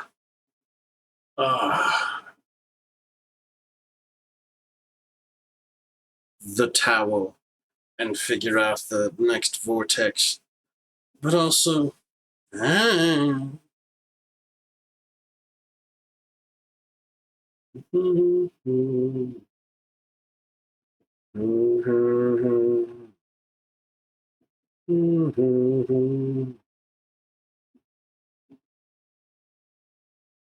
Anyway, all right, I have Jigsaw. Piece of jig. Let's go ahead and try and find where it sits. Board. Oh, hold on. If it's that way up, will it fit in the space that it was just given? It does not appear in... Oh, okay, it might. Let's see here. Put edge in D2. It fits nicely in D2, but not nicely enough.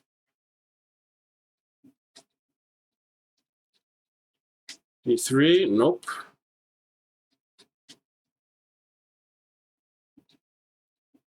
Okay. So it could fit at B1. There you go. Oh.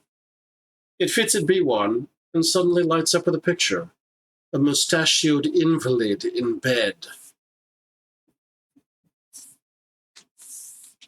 Well, that sure is a thing that we are doomed to enter into.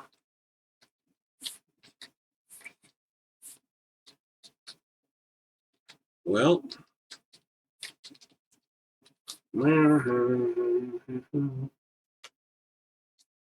let's charge up our clock and go.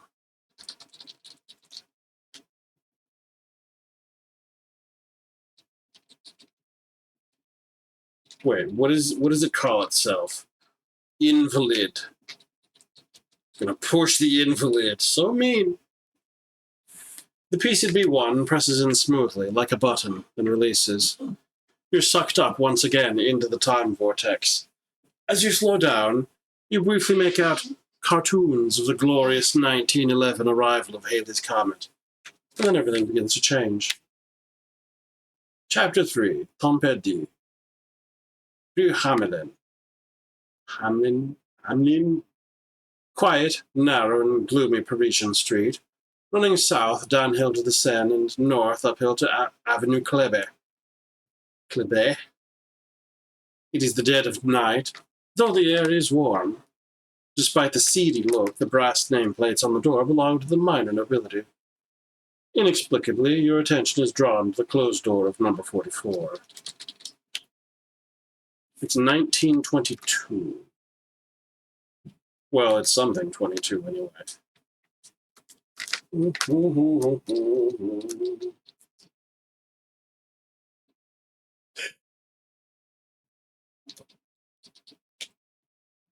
Nameplates? No!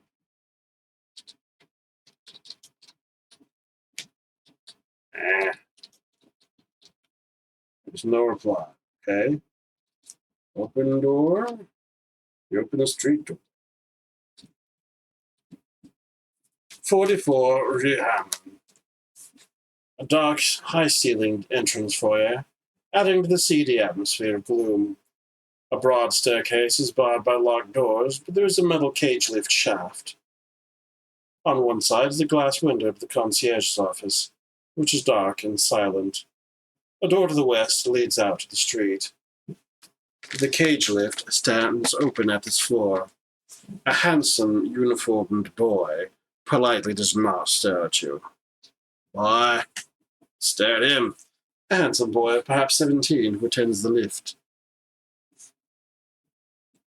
So I can enter the lift, or I could check the office.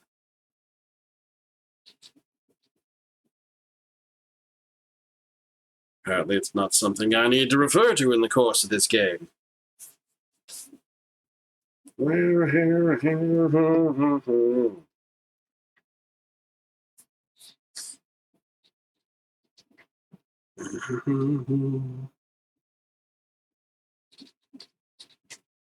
Get into the cage lift, okay?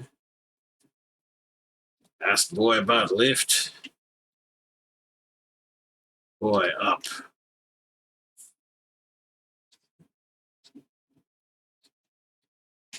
I'm gonna sit here. Boy, turn on lift.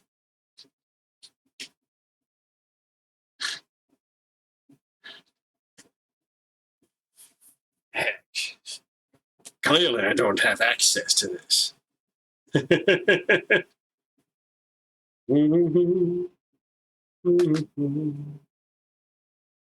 Oh. Well, that's interesting.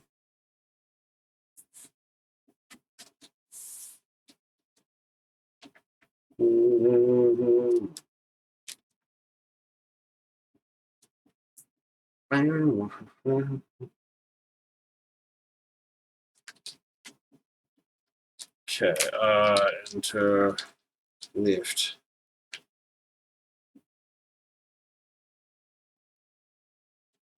Right, so 1922, 44 Rue Hamelin. This is where Marcel Proust died.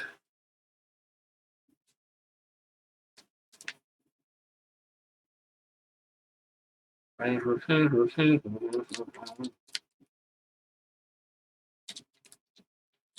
lift machinery is complicated, which is no doubt why the management has provided an attendant boy. Ask the boy about Proust. The boy shrugs expressively.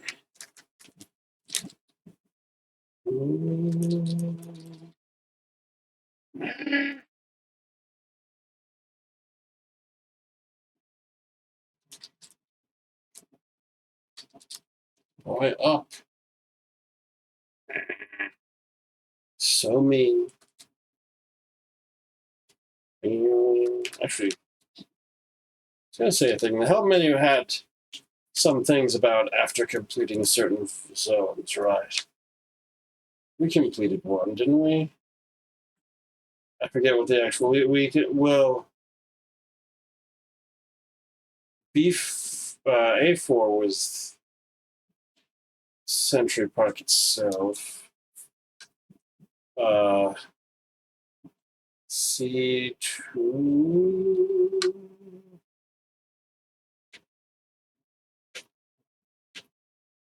Yeah. There were 2 attempts that day to kill the Archduke. A thrown bomb had already missed him. 6 students, all Bosnian Serbs belonging to the Black Hand terrorists, then, as now, run by Serbia, were giving up when the Archduke's carriage unexpectedly stopped nearby. Gavrilo Princip, the assassin, was too young to be executed.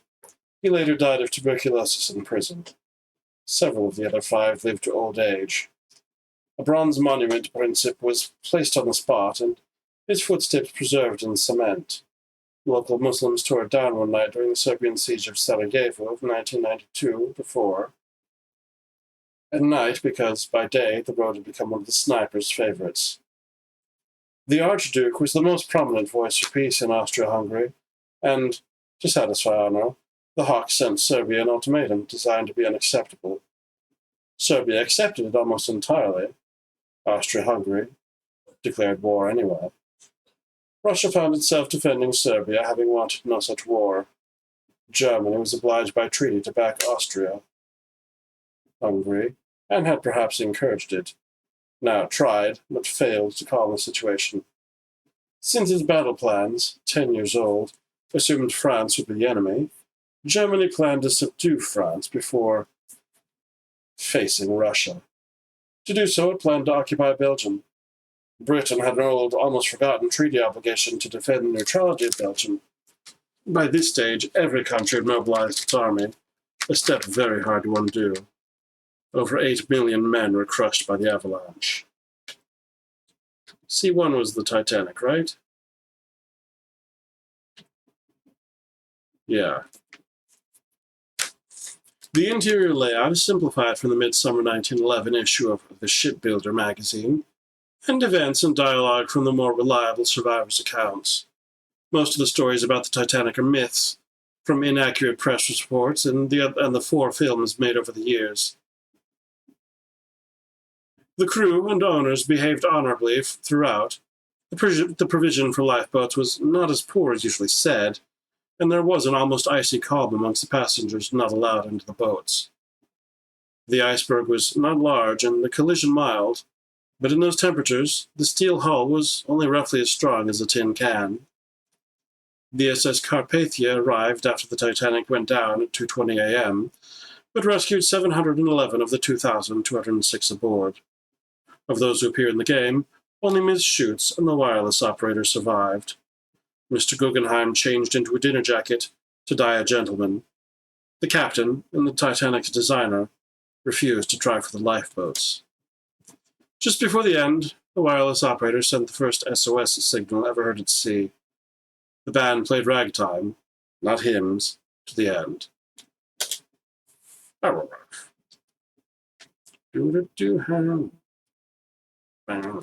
Okay, how will I get this boy? What do I have?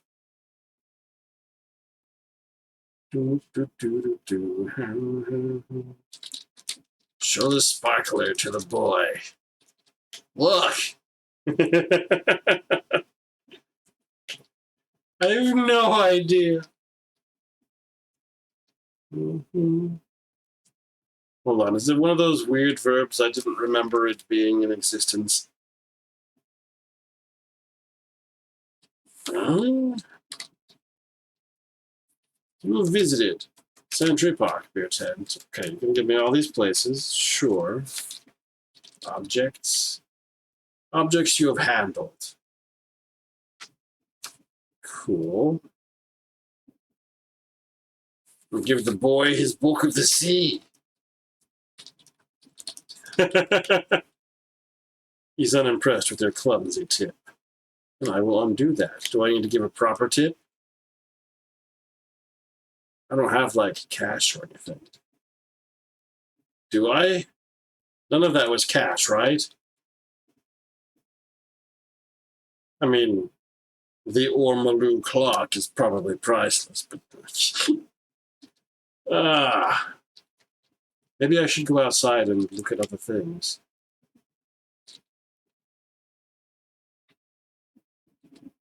Okay, the street runs south to the Seine and north to the Avenue Kléber.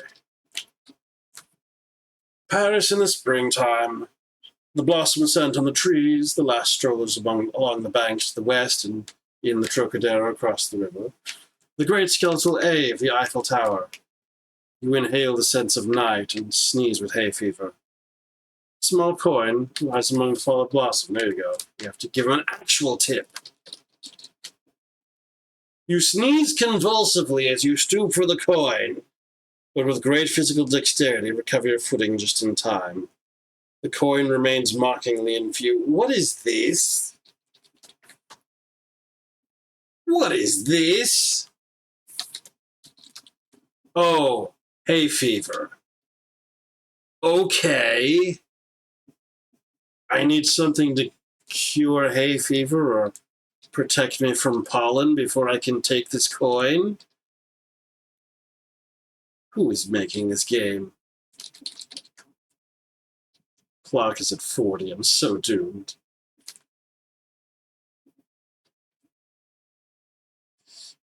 I can't do anything with all this hay fever going on. Wow. All right, Avenue Kléber. This is one of the avenues meeting at the Arc de Triomphe, and at this time of night, carriages still hurtle down the cobbles, their sprung wheels sparking off the stone, horses steaming in the damp air. A slightly damp Le Figaro lies in the gutter, occasionally puffed up by wind.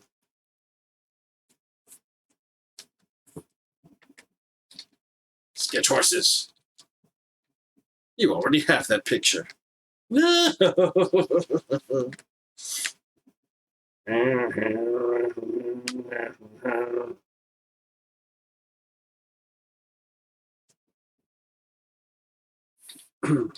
Okay.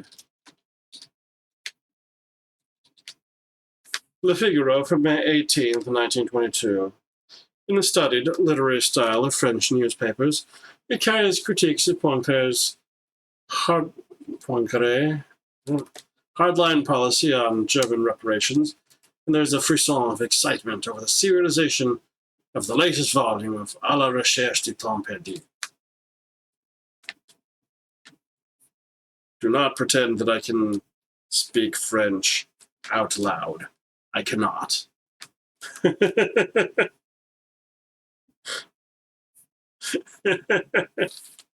Anyway,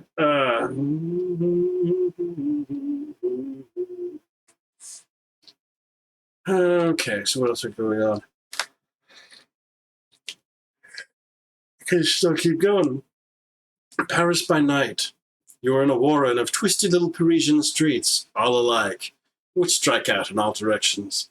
An aging aristocrat with rouged cheeks hurries by on some disreputable business to the southwest. Ooh, disreputable business. I'll get involved in that.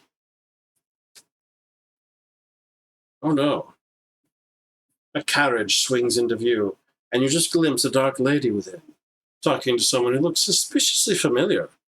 Black? Before it pulls through to the northwest.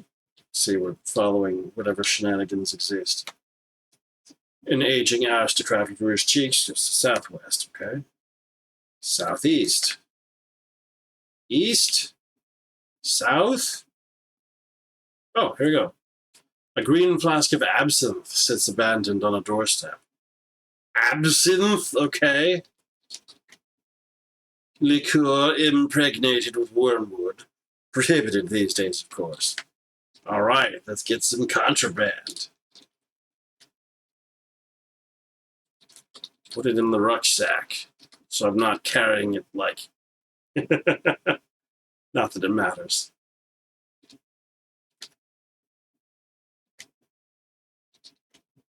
Okay. I'm going to keep following everything, and I guess that got me out of here. How do I get out? How do I leave? Do I opposite all the paths? Oh, I just...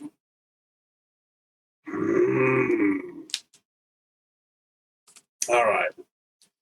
Now, I can handle the video game being obtuse and hiding things, but if you're gonna make illusions, no.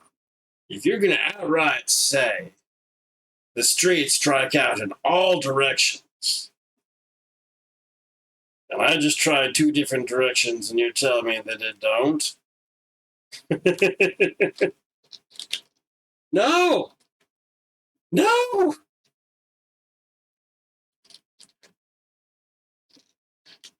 Why don't they go anywhere?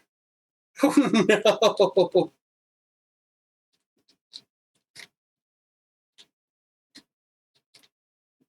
Oh no!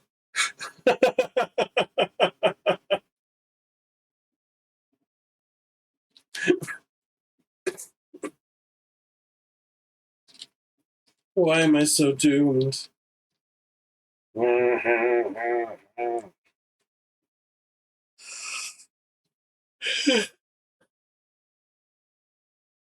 Oh, probably like one of them compound directions. Southwest, there you go. Oh, we're back to Clever. Okay, that works. Heck. No, no, no, no, no, no, no. Oh no, a little band of girls in Breton jerseys skips by, playing some complicated game and chattering about Racine before chasing each other away north. Am I following these now? No, I'm not. Specifically not. I'm going to not go any of the ways that are predicted to me. No, I can't go. Fine, okay. Back to following things.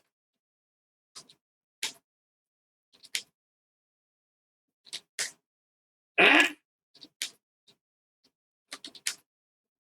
Ah!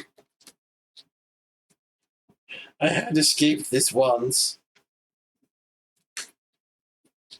And now there's no way. This is destroying my time, isn't it?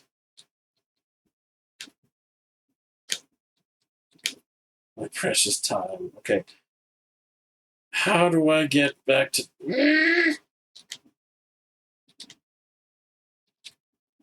I don't know. So terrible. Okay, here we are. All right. Oh, I'm sure there should be a way to know this, but that's okay. It's time to drink all this absinthe. Oh no. You sway dizzily under the impact. No wonder it's banned these days.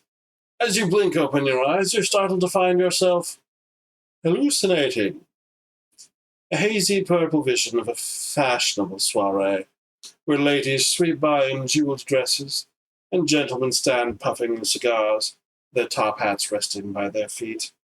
A few musicians are plowing through Debussy's string quartet, and the walls contain sculpture and impressionist paintings, so it must be very avant-garde.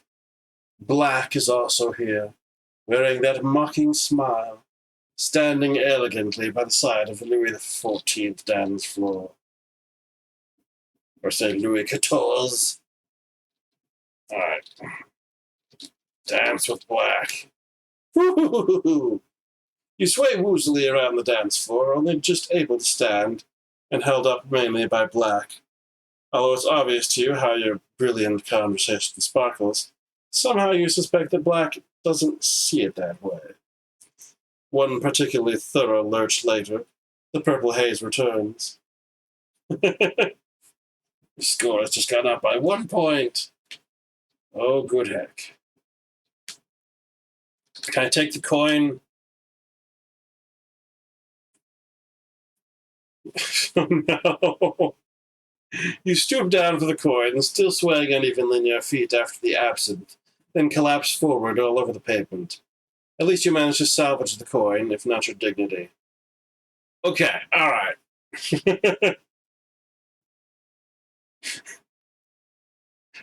So, because the hay fever was keeping me from picking up the coin, I had to go get so drunk that I could not possibly fail to grab the coin. Even if I utterly collapse. And then I utterly collapse. So that I can pick up the coin. Alright. Oh no, my clock. Unset clock. Clock to whatever. You give the clock a little longer to run. Okay. Go in. Go in again. Give coin to boy. The lift boy takes the coin with a sly grin and steps into the lift. You feel so overcome with lachrymose gratitude that you give him a hug. No doubt, absinthe makes the heart grow fonder. Fortunately, he's too professional to take any notice. Alright, I am in the lift, right? Up. Boy, up. There we go. Boy whistles the mossy cheerfully as the lift gracefully ascends a floor. First floor landing, in the cage lift. A carpeted landing, bare and uninteresting. Do I have to go to hecking Wikipedia to find out what floor Proust lived on? I'll do it!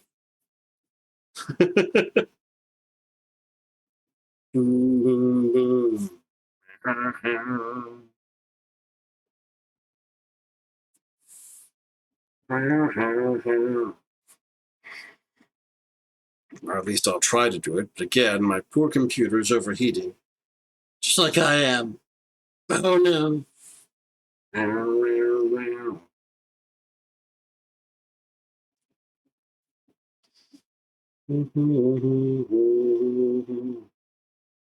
Wow.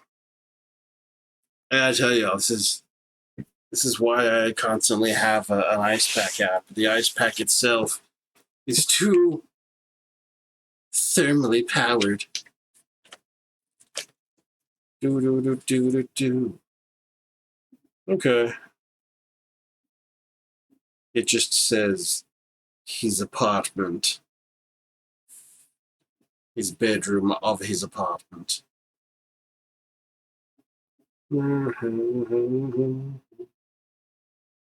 Alright. There's a source.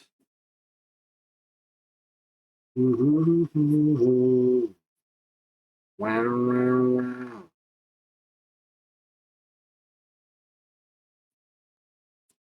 Anyway. Heck. Okay, but yeah, I don't know if I get out or if I keep going or what are we gonna do? Who even knows?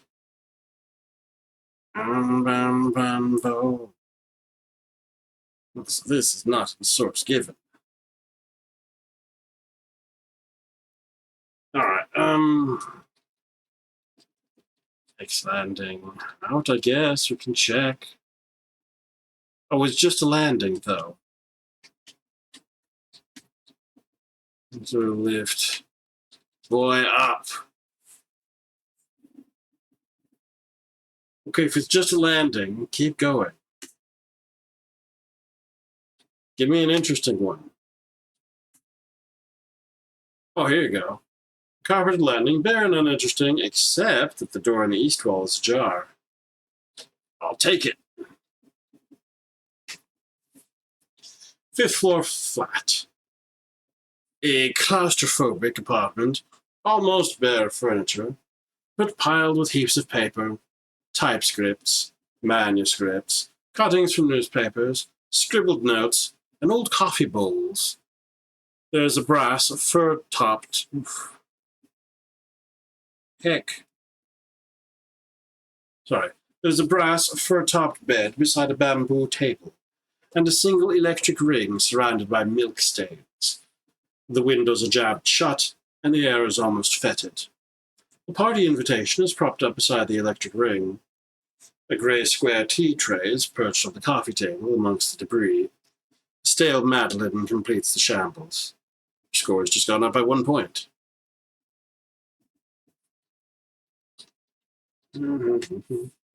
A Madeleine is a small, rich, shell-shaped cake, probably named after Madeleine Palmier, the 19th century French cook.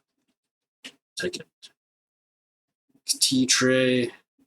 It's hard to make out under all that literary rubbish.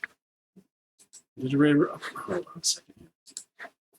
Just look at this room again. Amongst the debris. Oh. Party invitation, though. A handwritten card invitation to a party in flowing French, full of the names of great French families. There seems to be some reference to a supper party at which Monsieur Proust, to whom the invitation is addressed, is to meet Stravinsky, Diaghilev, and James Joyce. I'm not going to pretend I pronounced that name correctly. I mean, I don't,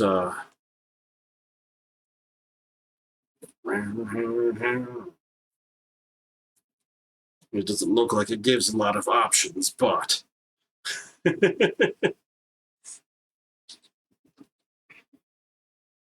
Electric ring is not a thing I need to refer to, okay?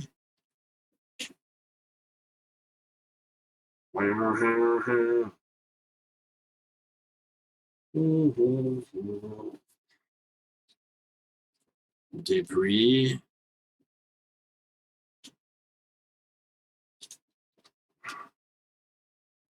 No.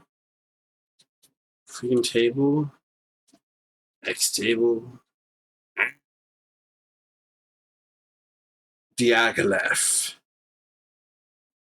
Sergei Pavlovich Diaghilev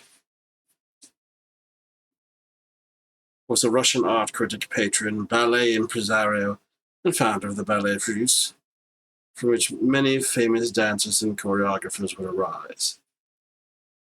Okay.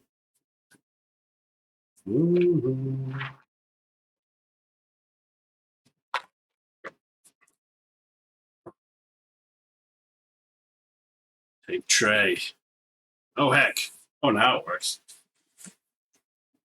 As you pull at it, manuscripts riffle through the air, floating side to side. Corrections and extensions have been glued onto proofs. Handwritten notes abound, and the text of what is to become the most influential novel of the 20th century is all over the place, curled into paper rolls, falling around the furniture, coming to rest. Interestingly, the tea tray turns out to have been an edge jigsaw piece. Oh, and by the way, the windows burst open, so that before you managed to shut them again, a crucial passage escaped into the night air. No! I've ruined the book. All for the sake of a jigsaw piece. So I did take it, right? Did I?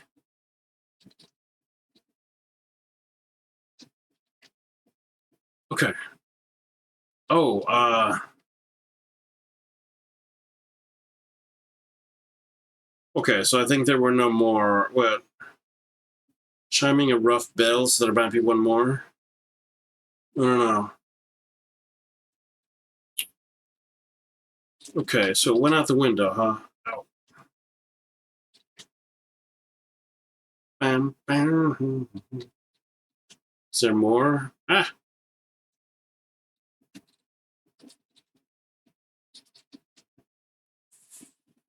Sixth floor landing. Uninteresting. Is everything on the fifth floor? 7, top floor. This landing has rich yellow-red carpets. Oh, there you go. Centerpiece. And take a piece. Okay. Yep. Okay, no pieces left, theoretically. I'm so doomed. Okay, so into the lift again. Hold on, are there like rooms here? It just says there are carpets, which I can't actually see. Okay,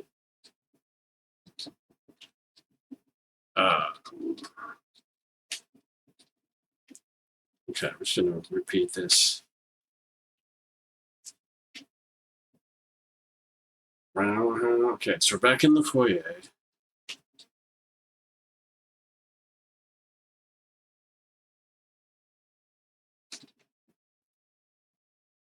All right, theoretically, I've lost a piece of paper somewhere. Could be here, could be south, could be north. No, I'm not going this way. Thanks to the west. Oh, heck. Oh, no. Okay. Maison de thé. In other words, a rather dark and gloomy tea shop beside the river, to which none of the luster of Paris is attached. The riverbank runs east. A tall grandfather clock stands immobile behind the counter. One of Monsieur Proust's paper rolls has somehow got curled up around the pendulum of the grandfather clock. In one corner is a bowl of jasmine tea no one seems to notice. Okay, so I'm going to take the paper roll. The staff will not allow you to meddle with the clock. Heck. Ask staff about paper roll? What staff?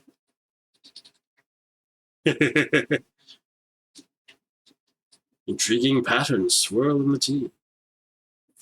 Under the eyes of the staff, walking out for the tea is out of the question. Such staff. Clock seems to have stopped.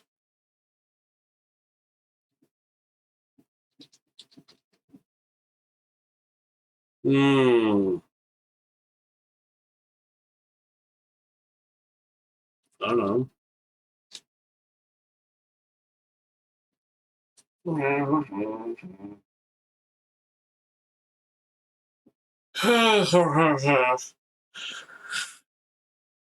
Okay, so to figure out this room, I don't even know. I'll take a moment to activate some brain powers and throw out our poll to see if we continue with this for our last measure of today's stream. Ooh-wee. I've got 2 minutes to decide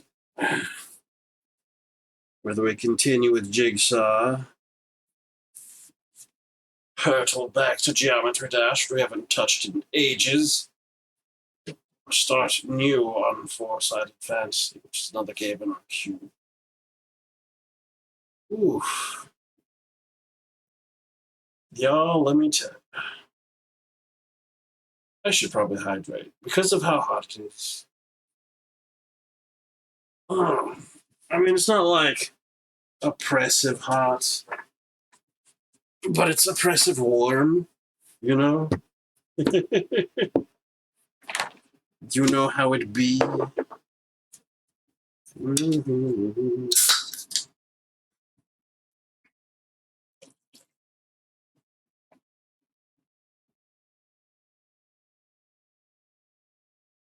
Filling the beverage. Okay, so I'm in a tea house, and I'm not allowed to touch anything because of the staff, who is also not allowed to be touched. What can I do about that?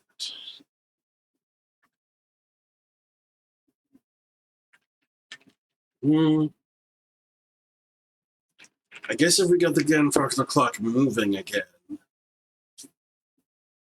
then that might dislodge the pendulum. But I'm not allowed to mess with it. So...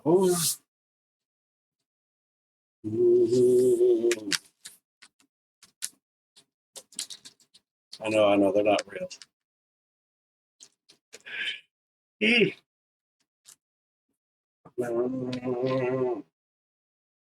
Seems to have stopped. Wind it?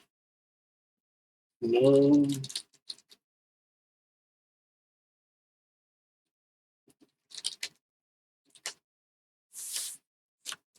Let's see here. With the Trocadero.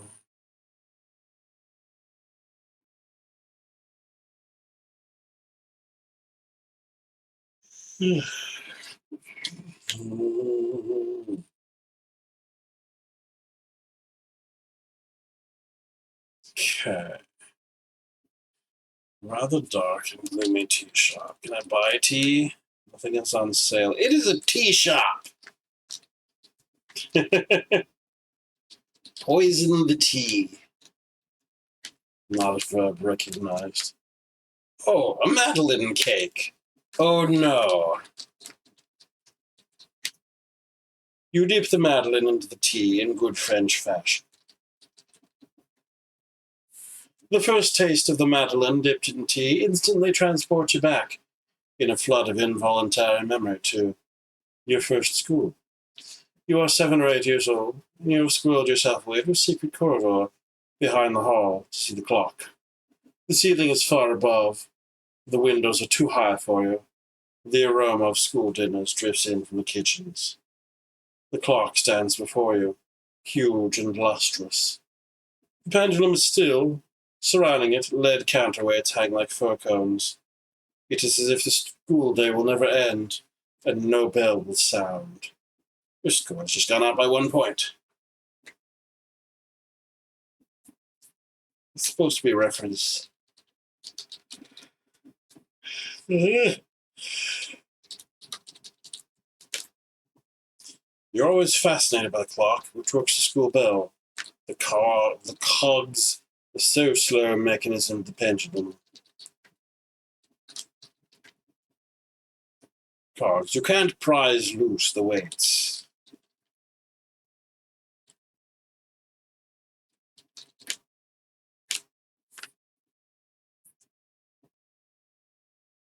You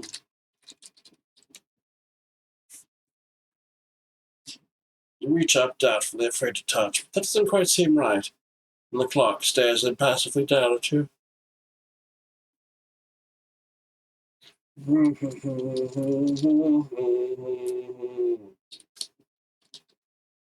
No. Oh, this version of me isn't carrying anything. I'm at school having a flashback. Oh no. Oh no. I'm so doomed. You seem to be rooted to the spot.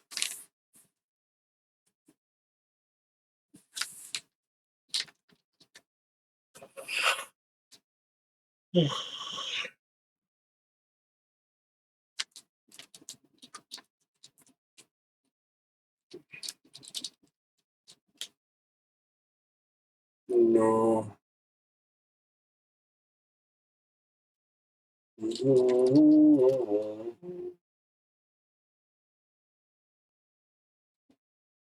Okay. The dreadful truth is, this is not a dream. No. All right.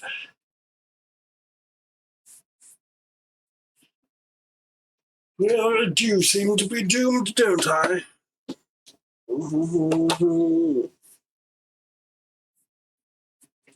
Like, I tried all the nouns. Who knows what happens?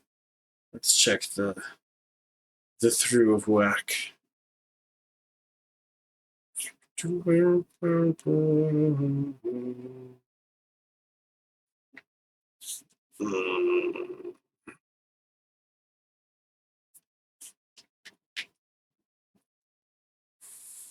All right, everything is still slow. Because of course it is.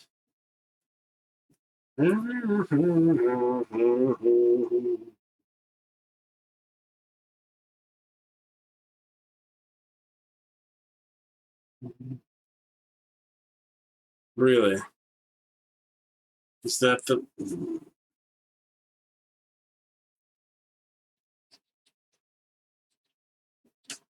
Okay, that's some guess the verb shenanigans, because I pushed it. I was trying to push it. Apparently you have to swing it. Reaching up with a chubby hand, you swing the pendulum back, and the clock starts. The cogs turn. The bell begins to sound. The weights gradually pull up and down. Time has begun for you, and you know now that it will someday end. but not for many days yet.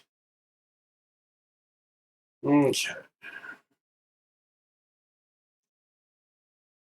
The clock is now smoothly keeping time, and the paper roll has fluttered to the floor, dislodged by the pendulum. And he still exists. Take paper roll. Read it. It abounds with secondary clauses, circular sentences, aesthetic asides, and references to time. This is the culminating passage of 1.25 million words of deep significance. It'd be a shame to lose it. Yeah, wouldn't it? Heck. Do-do-do. Heck.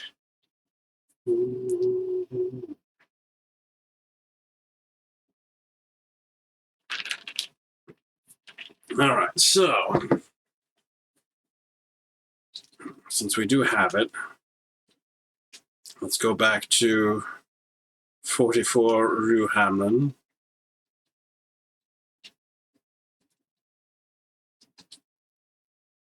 Oh, I went far too far.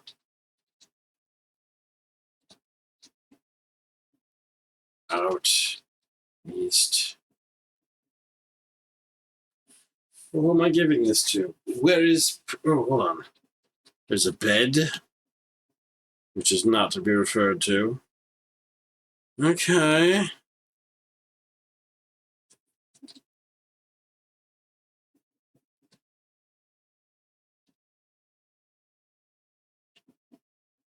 Hmm.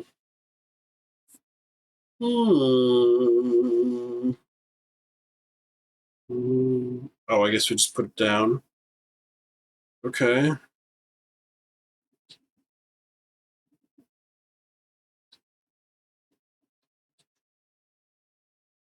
You restore the crucial closing passage of Monsieur Proust's novel to the heap of manuscript, feeling greatly relieved.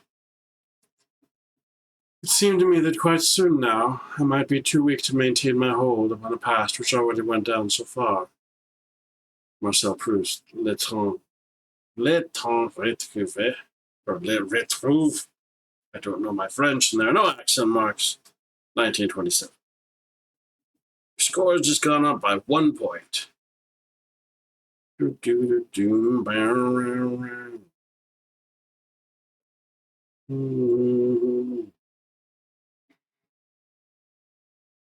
Okay. I think I've done everything here.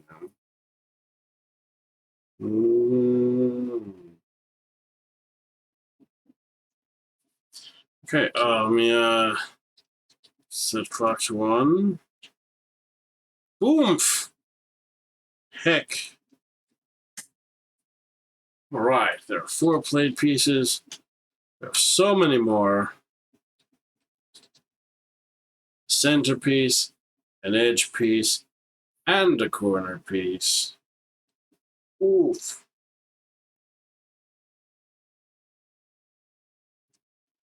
How do I handle it if there are multiple of each name?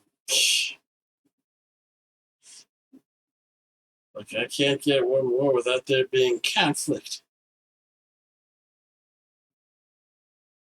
Oh, heck.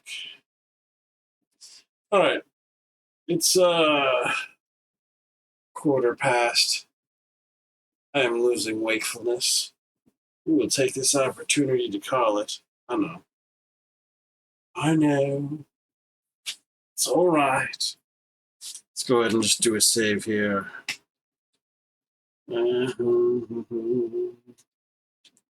End of stream.